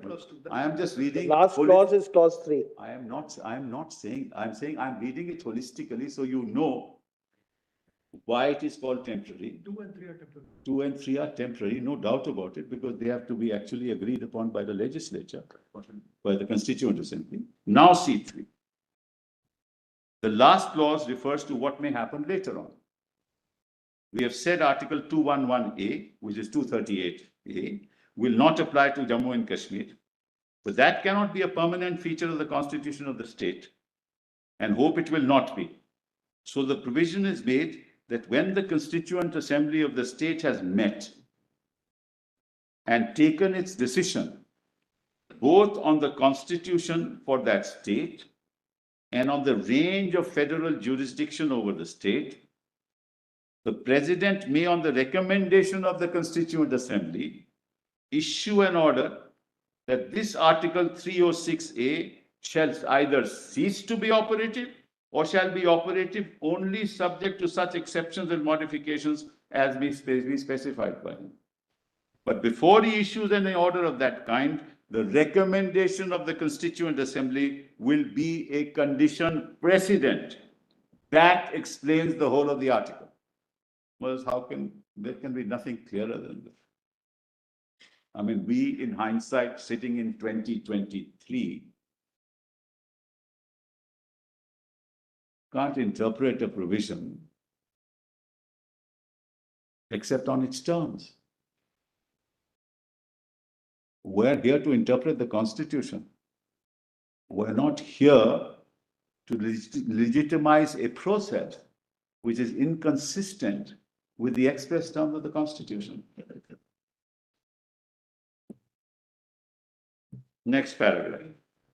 The effect of this article is that the Jammu and Kashmir state, which is now a part of India, will continue to be a part of India, will be a unit of the future Federal Republic of India, and the Union legislature will get jurisdiction to enact laws on matters specified either in the instrument of accession or by later addition with the concurrence of the government of the state, and steps have to be taken for the purpose of convening a Constituent Assembly in due course, which will go into the matters I have already referred to.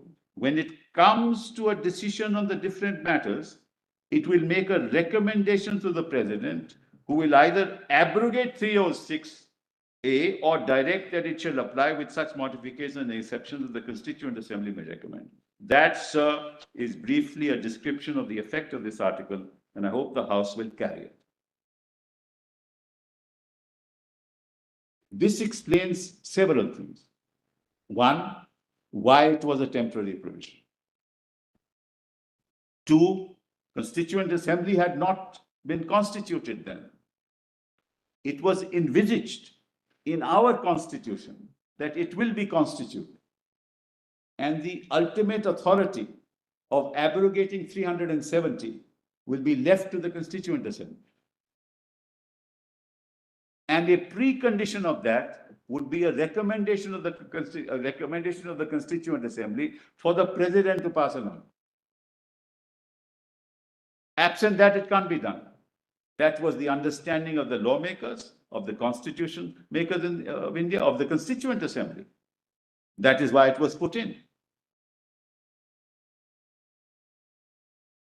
It was not a temporary provision in the sense that it had ultimately 370 had to be abrogated. That's not the meaning of the temporary provision that we're talking about. In any case, Malaj, a heading of an article can determine the content of the article.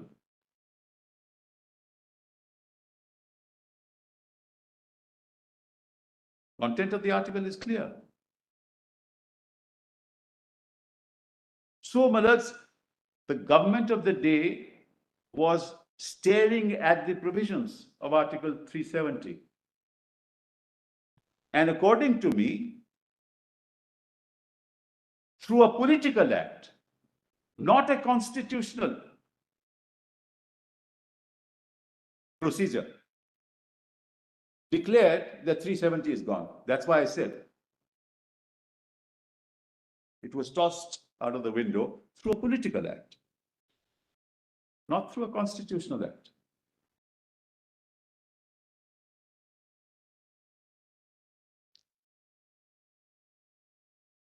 Such a political act cannot be determined by the Parliament of India. It's not in the remit of the Parliament of India to take a political decision to abrogate 370. And I will demonstrate as we move along, Mullahs, how it was done and in what manner it was done.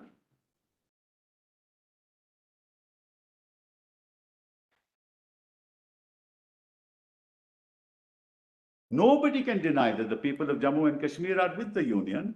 It's an integral part. Nobody can deny that. But there is a special relationship. There is a unique relationship which is engrafted in 370 itself. You can't jettison that except by following a process which is ordained by law. So, as your lordships asked me on the constitution, I wanted to just mention this. This is the debate. Amarat?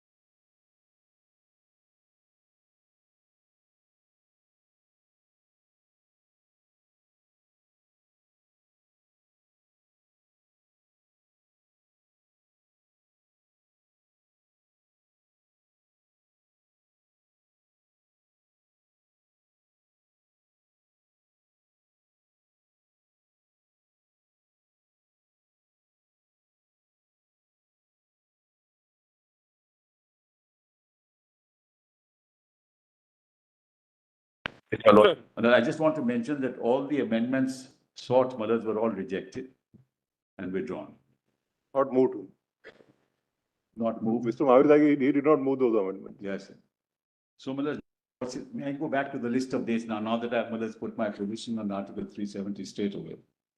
Well, Lordship, let's go back to the list of dates, Malas, and finish. Malas, kindly come to my written submissions, volume 2, And the PDF page is 41. Same page that I left. You are on the list of dates and the serial where you left. Yes, ma'am, that's right. There's a thought, unless we have a clear picture of 370, but it'll be difficult to. Item 33 at page PDF 41. My lords have that? Justice. So we can't. Yes. Under 370 sub-article 1 of the Constitution and following consultation with the government of Jammu and Kashmir, the President issued the Constitution application of Jammu Kashmir Amendment Order 39, modifying Articles 54, 55 of the Constitution, as long as they applied to state of Jammu and Kashmir. Now, as your lordships will notice, each of these orders were issued under B1. D1, all of these orders. B1. D1. D1. All of these orders.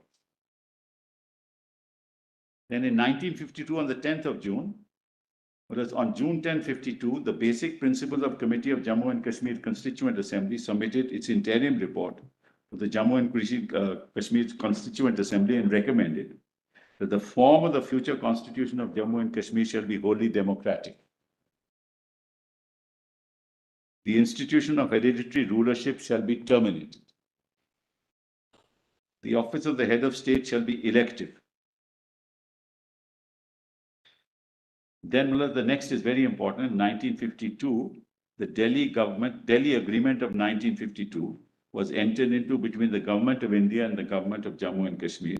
Under this agreement, the Government of India agreed that while residuary powers of the legislature vested in Parliament in respect of other states, in the case of Jammu and Kashmir, such powers vested in the state itself. This is what my lord asked me the question.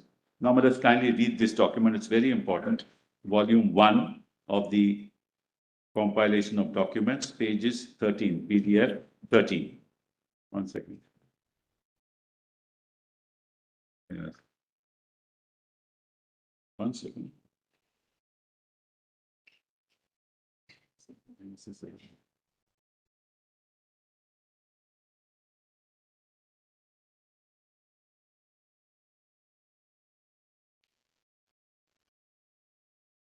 Worship has that?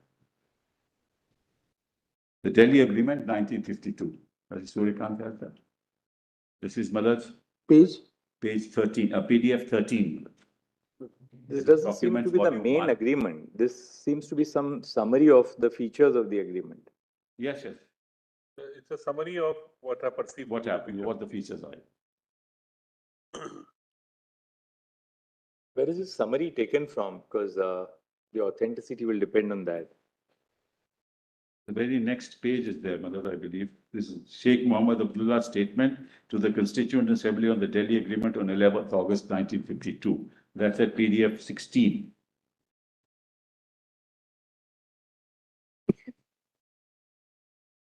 That's the actual extract. Yes, I can read that, Madhur. I can read that. That's not the original either. I'll get you the original, Madhur. They'll have it in any case. What? Yes. That's the extract from the original. Are you sure?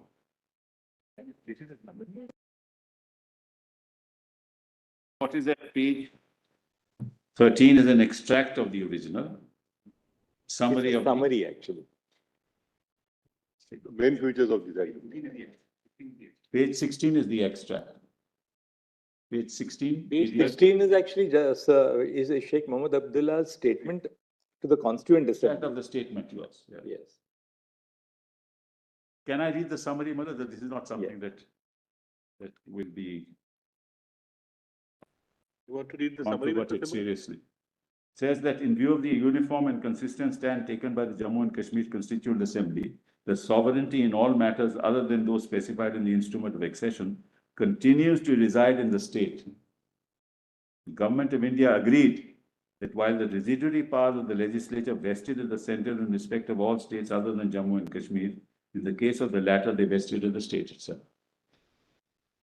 It was agreed between the two governments that in accordance with Article 5 of the Indian Constitution, persons who have their domicile, we're not concerned with so much with the domicile issue. And I can read it.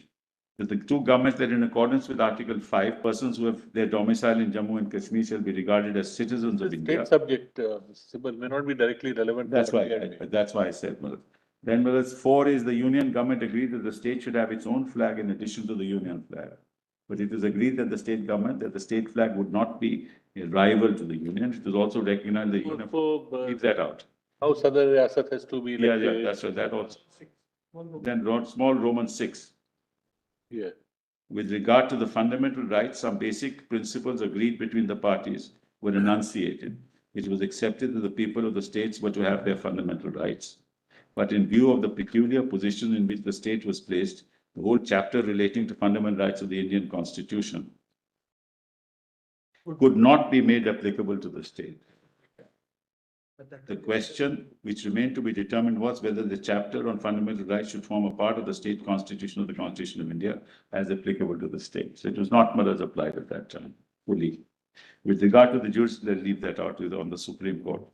And then, there was a great deal of discussion, item 8.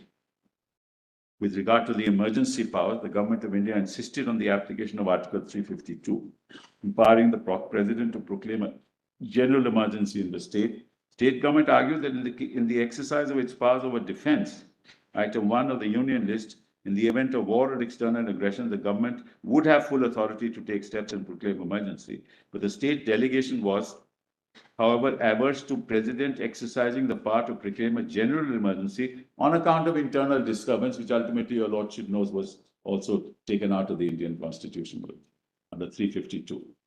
At the relevant time, it was there. It was there at the relevant time, but the state said we will not allow it to be exercised. I'm just trying to think aloud. At the relevant time in 75.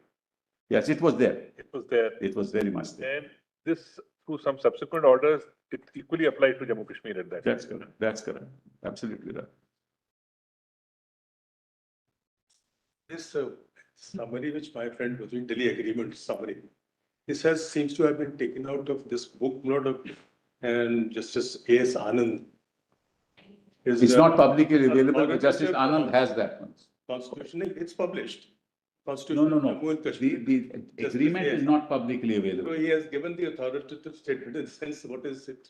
What does it imply? That's correct. This is also part of the compilation, but it is before your lordship. Yes. Justice That's what we Anand were spoke. reading. Yes. Then, brothers, in order to meet the viewpoint of the state delegation, Government of India agreed to the modification of 352 in its application to Kashmir by the addition of the following words, but in regard to internal disturbance of the request or with the concurrence of the government of the state. That's how, brothers.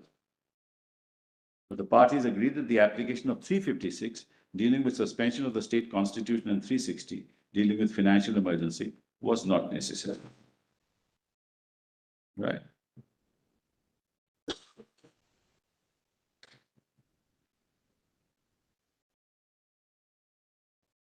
Then Millet's Sheikh Abdullah's statement to the Constituent Assembly on 11th August. I crave permission to make a statement before the House in regard to the constitutional relationship with Jammu Kashmir and the Indian Union.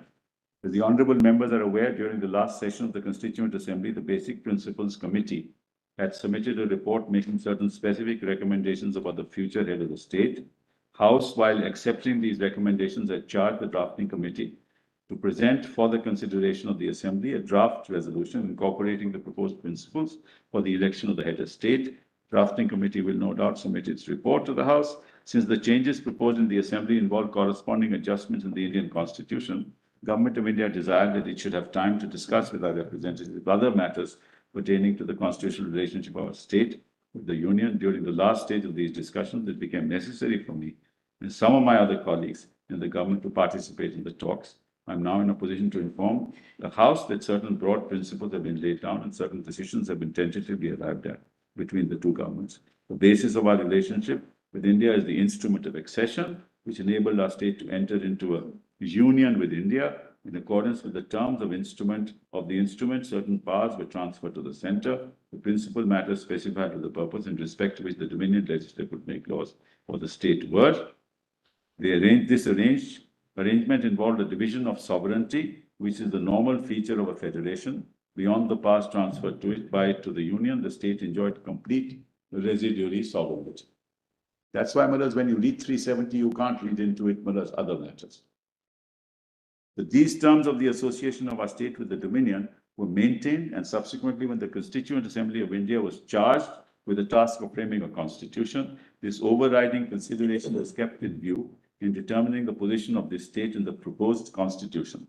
Earlier to this, it had been agreed between the two governments that in view of the special problems arising in respect of the state and the fact that the government of India have assured its people that they would themselves finally determine their political future, a special position should be accorded to Jammu and Kashmir in the future constitution, so that the limited field of the union powers over the state is ensured. Our representatives were nominated by the Jammu and Kashmir state to the Constituent Assembly of India. These representatives participated in the deliberations of the Assembly in India at a time when the bulk of the Indian constitution had already been adopted. It was at this stage that the constitutional position of this state was determined in the Constitution of India. This is very important. It was in a collaborative exercise, a dialogue. It was not behind the back of the Union of India or anything like that. They knew what was to happen in the future. Representatives of Jammu and Kashmir reiterated their view that our association with India should be based on the terms of the instrument of accession. It was at this stage that the constitutional position was determined. The representatives of the Jammu Kashmir state reiterated their view that an association with India should be based on the terms of the instrument of accession. It was also made clear that while the accession of Jammu and Kashmir state with India was complete, in fact and law, to the extent of the subjects enumerated in this instrument, the autonomy of the state with regard to all other subjects outside the ambit of the instrument of accession should be preserved. Events a good deal of confused thinking and uninformed criticism is indulged in some interested people. I would like to point out that the Constitution has confined the scope and jurisdiction of the Union powers to the terms of the instrument of accession, with a proviso that they may be extended to such other matters as the President may by order specify with the concurrence of the Jammu and Kashmir Assembly. This is the concurrent list matters. The special problems facing the state were thus taken into account, and under the Constitution, the relationship approximated to that subsisting under the instrument of accession. The Constitution of India, of the Indian Union, therefore clearly envisaged the convening of a Constituent Assembly for the Jammu and Kashmir state, which would be finally competent to determine the ultimate position of the state in respect of the sphere of its accession, which would be incorporated as in the shape of permanent provisions of the Constitution. That's why temporal. But the rest really need not trouble your lordships. I need not trouble your lordships. Then, but it's rigidity powers, it's important. Page 19, PDF 19.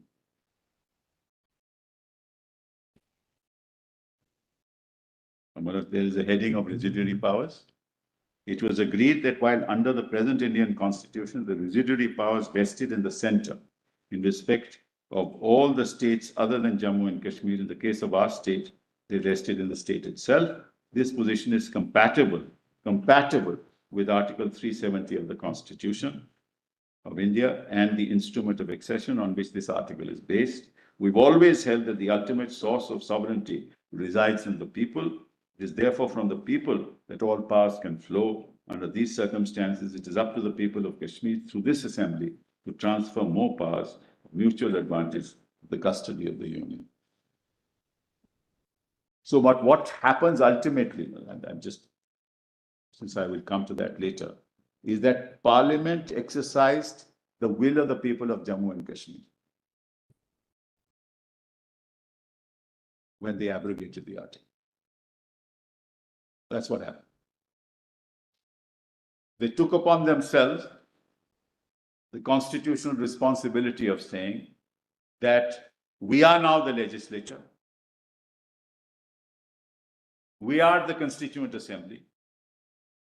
And we will exercise the will of the people of state of Jammu and Kashmir to say that we abrogate 370. In essence, that's what happened.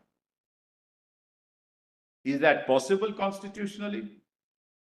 Is that envisaged by 370? Is this not an exercise of political power?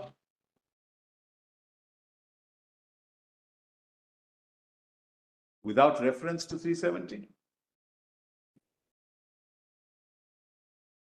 And can such a power be exercised in the manner in which it was exercised? That's a matter of procedure. Well, then there is citizenship. We need not go into it. Fundamental rights. We don't have to go into all this. Well, let's now kindly come to list of dates again.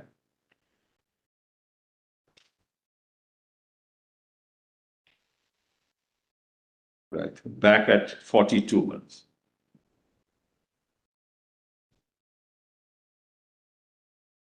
Item 37. Article 370, sub-article 3. The PDF, Madam, 42. My Lord Justice, do I have it? Yes, 37. Yeah. Under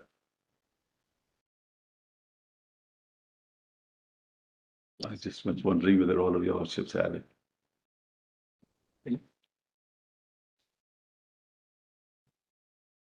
I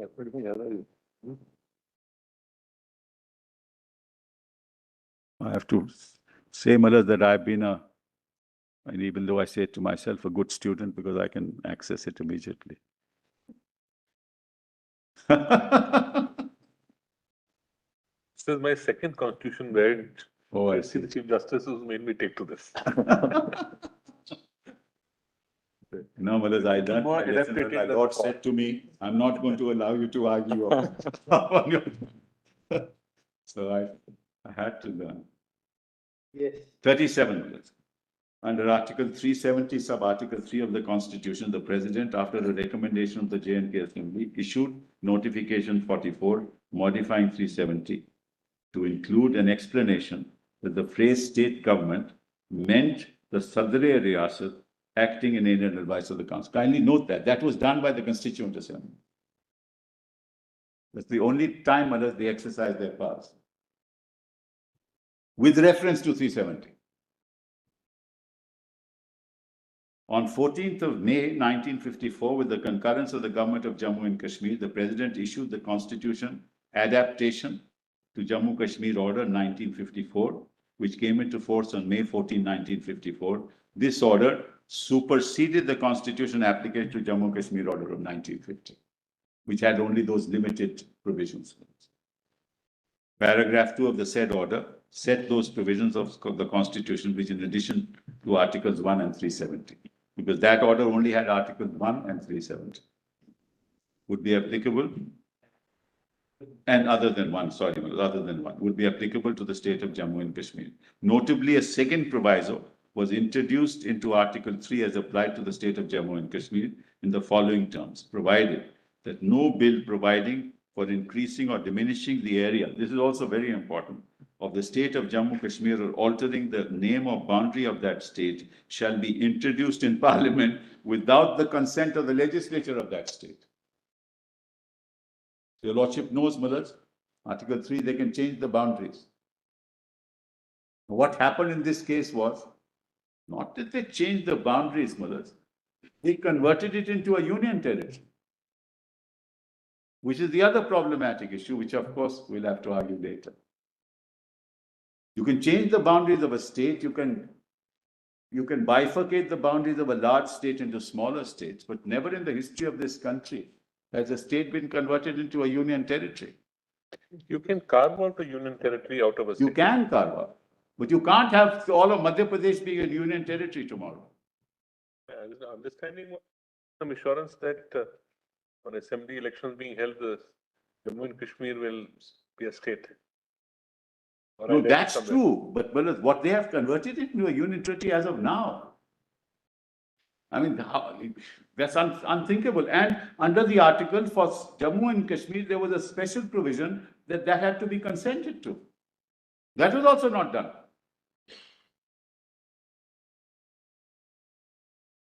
So, Malas, you move away from representative democracy, convert it into a union territory under your direct rule. You do away with representative democracy, and 5 years have passed. And every day we hear that we are going to soon have elections. But there has to be a constitutional basis for doing this, Malas. And kindly note one thing. In May 2019, there were parliamentary elections in the state of Jammu and Kashmir. In 2019, May, 3 months after this. This happened on the 6th of August, September, October, November, December, May. You have parliamentary elections. So you can hold parliamentary elections, but you will not hold state elections. But I'm moving away from that to another issue altogether. So, Malas, then 1039, 1711-1956, the Constituent Assembly of Jammu and Kashmir, in exercise of its constituent powers, approved and adopted the Constitution of Jammu and Kashmir. Which is why I started off with the proposition that the concept of a Constituent Assembly is a political exercise.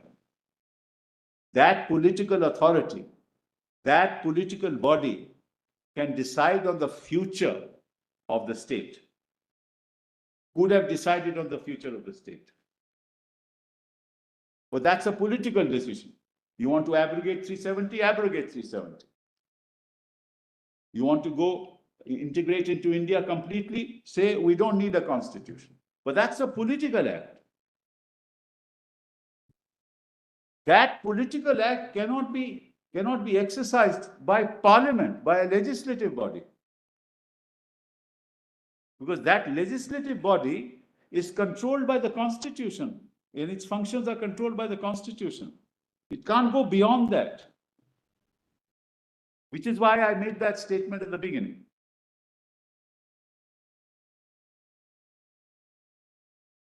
Then verse 40, the Constitution of Jammu and Kashmir 1957 came into force on January 26, 1957. By means of this constitution, the people of the state of Jammu and Kashmir, having solemnly resolved in the presence of the accession of this state of India, which took place on 26th day of October 1947, to further define the existing relationship of the state with the Union of India as an integral part thereof. That's declared in the Constitution. So nobody can question that. Nobody need question that. Nobody can say that we are not being regarded as, we were not saying that we are not an integral part of India. Article 1 applies. Article 1 applies. And the Constitution defined that relationship. And having defined that relationship, you can't just jettison it. Section 5 of the Constitution of Jammu and Kashmir provided that the legislative power of the state extended to all matters except those with respect to which Parliament had power to make laws for the state under the Constitution of India as applicable.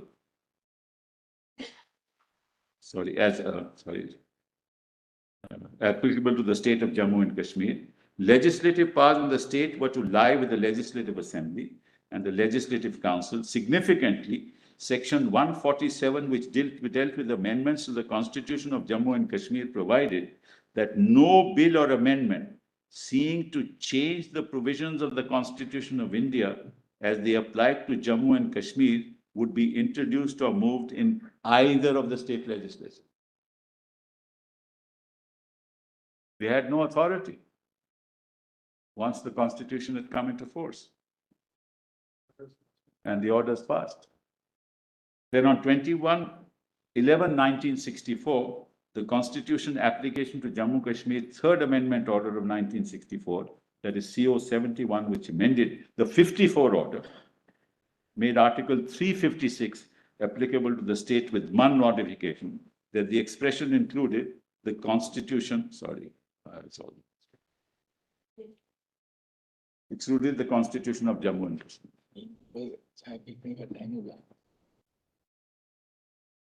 Included, yes. included the Constitution of Jammu and Kashmir.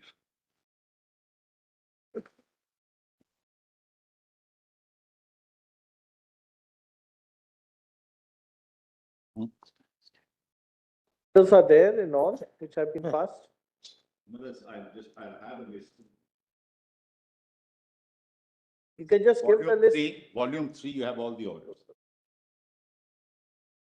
This, you have now made your point on this. So all the orders. I'm not asking your lordships to go through. I'm not even going to read it, Manas. Yeah. Yeah, we're not going to go into all this, Manas. 54, about 54 orders. 54 orders are there, around 54 orders.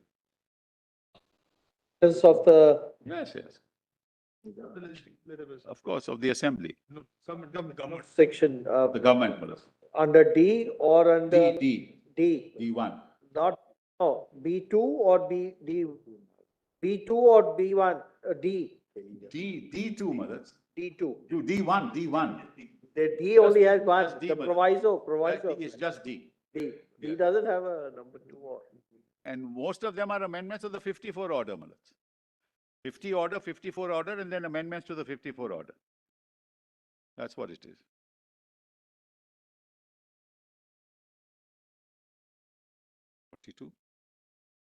Yeah, but is it necessary? My lord is saying. That out.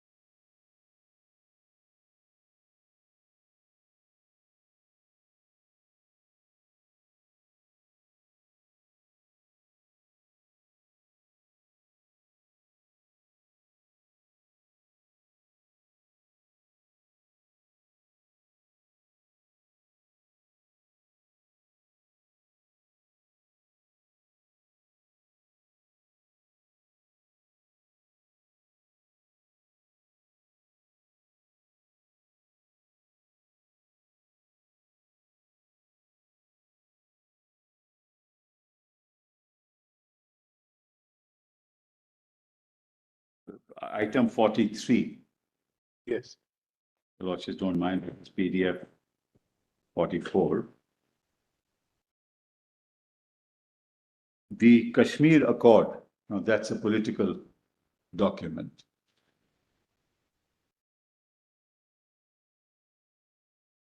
(1975) was entered into. My lords have it.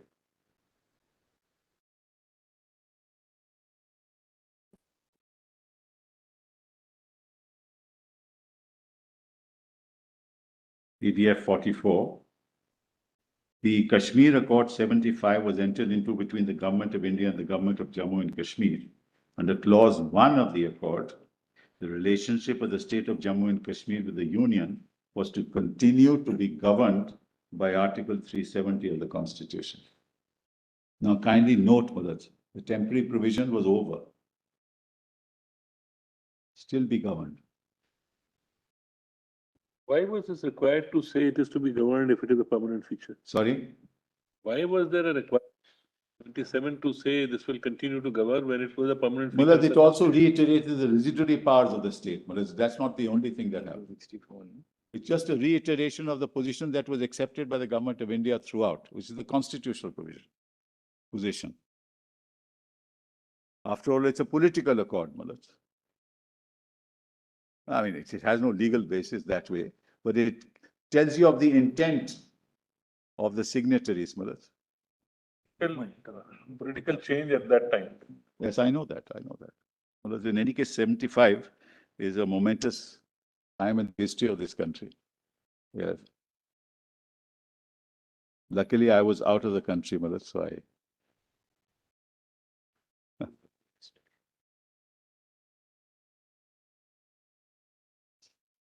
The response to Sheikh Abdullah's settlement. Yes.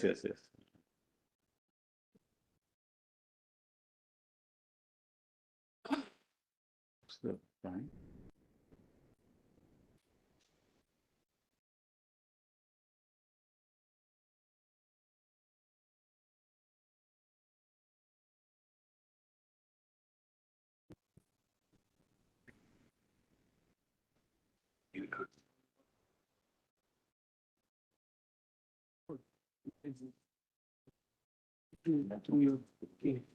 Huh?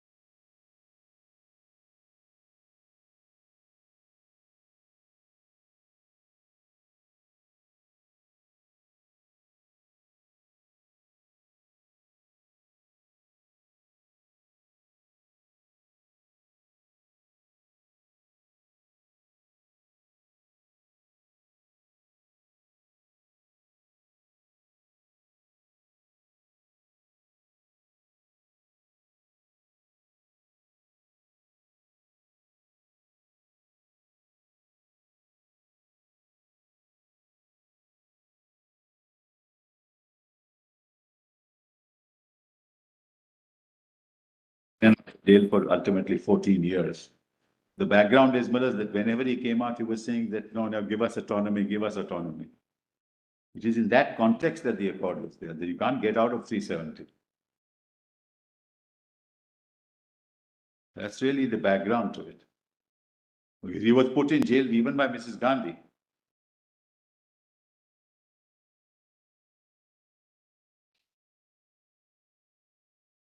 So, Miller, the rest of the list of dates.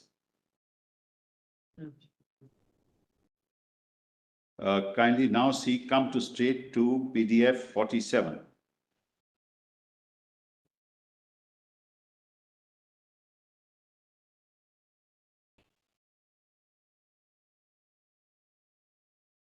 On 29th of March 2017.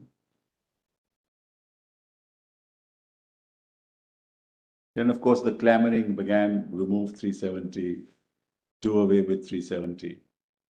But that's a separate issue. I mean, we're not concerned with that. So You are on the 55 now? 55, exactly, man. Well, Lord Justice Khanna has 55. Justice Gawai. That's Suryakant. Yes. Member of Parliament Ratna Dinag raised a question whether the Minister of Law and Justice, as to whether the government proposes to amend and remove 370 related to Jammu and Kashmir in the near future. If so, details thereof, if not the reason, therefore, whether this will help in providing equitable justice to the people of the state, and if so, the details thereof. Minister of State and Law and Justice, so and so. At present, there is no such proposal under consideration. These are only proposals. These are only proposals, all no throughout. This goes on, Malik. Yes. Then 57 is Malad's section 92. This is important. Item 57. Section 92 of the Constitution of Jammu and Kashmir deals with provisions in case of a failure of the constitutional machinery in the state. Provision permitted the governor to, by proclamation, assume to himself all the powers and functions of the government of the state. Such a proclamation would, in terms of 92(5), require the concurrence of the President of India. Under 1923, would cease to operate 6 months after it was issued.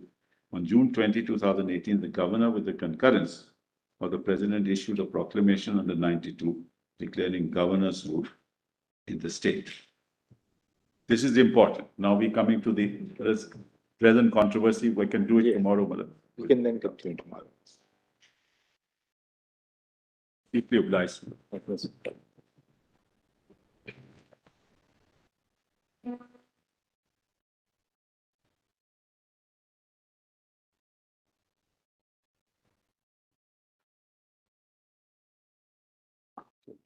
Oops.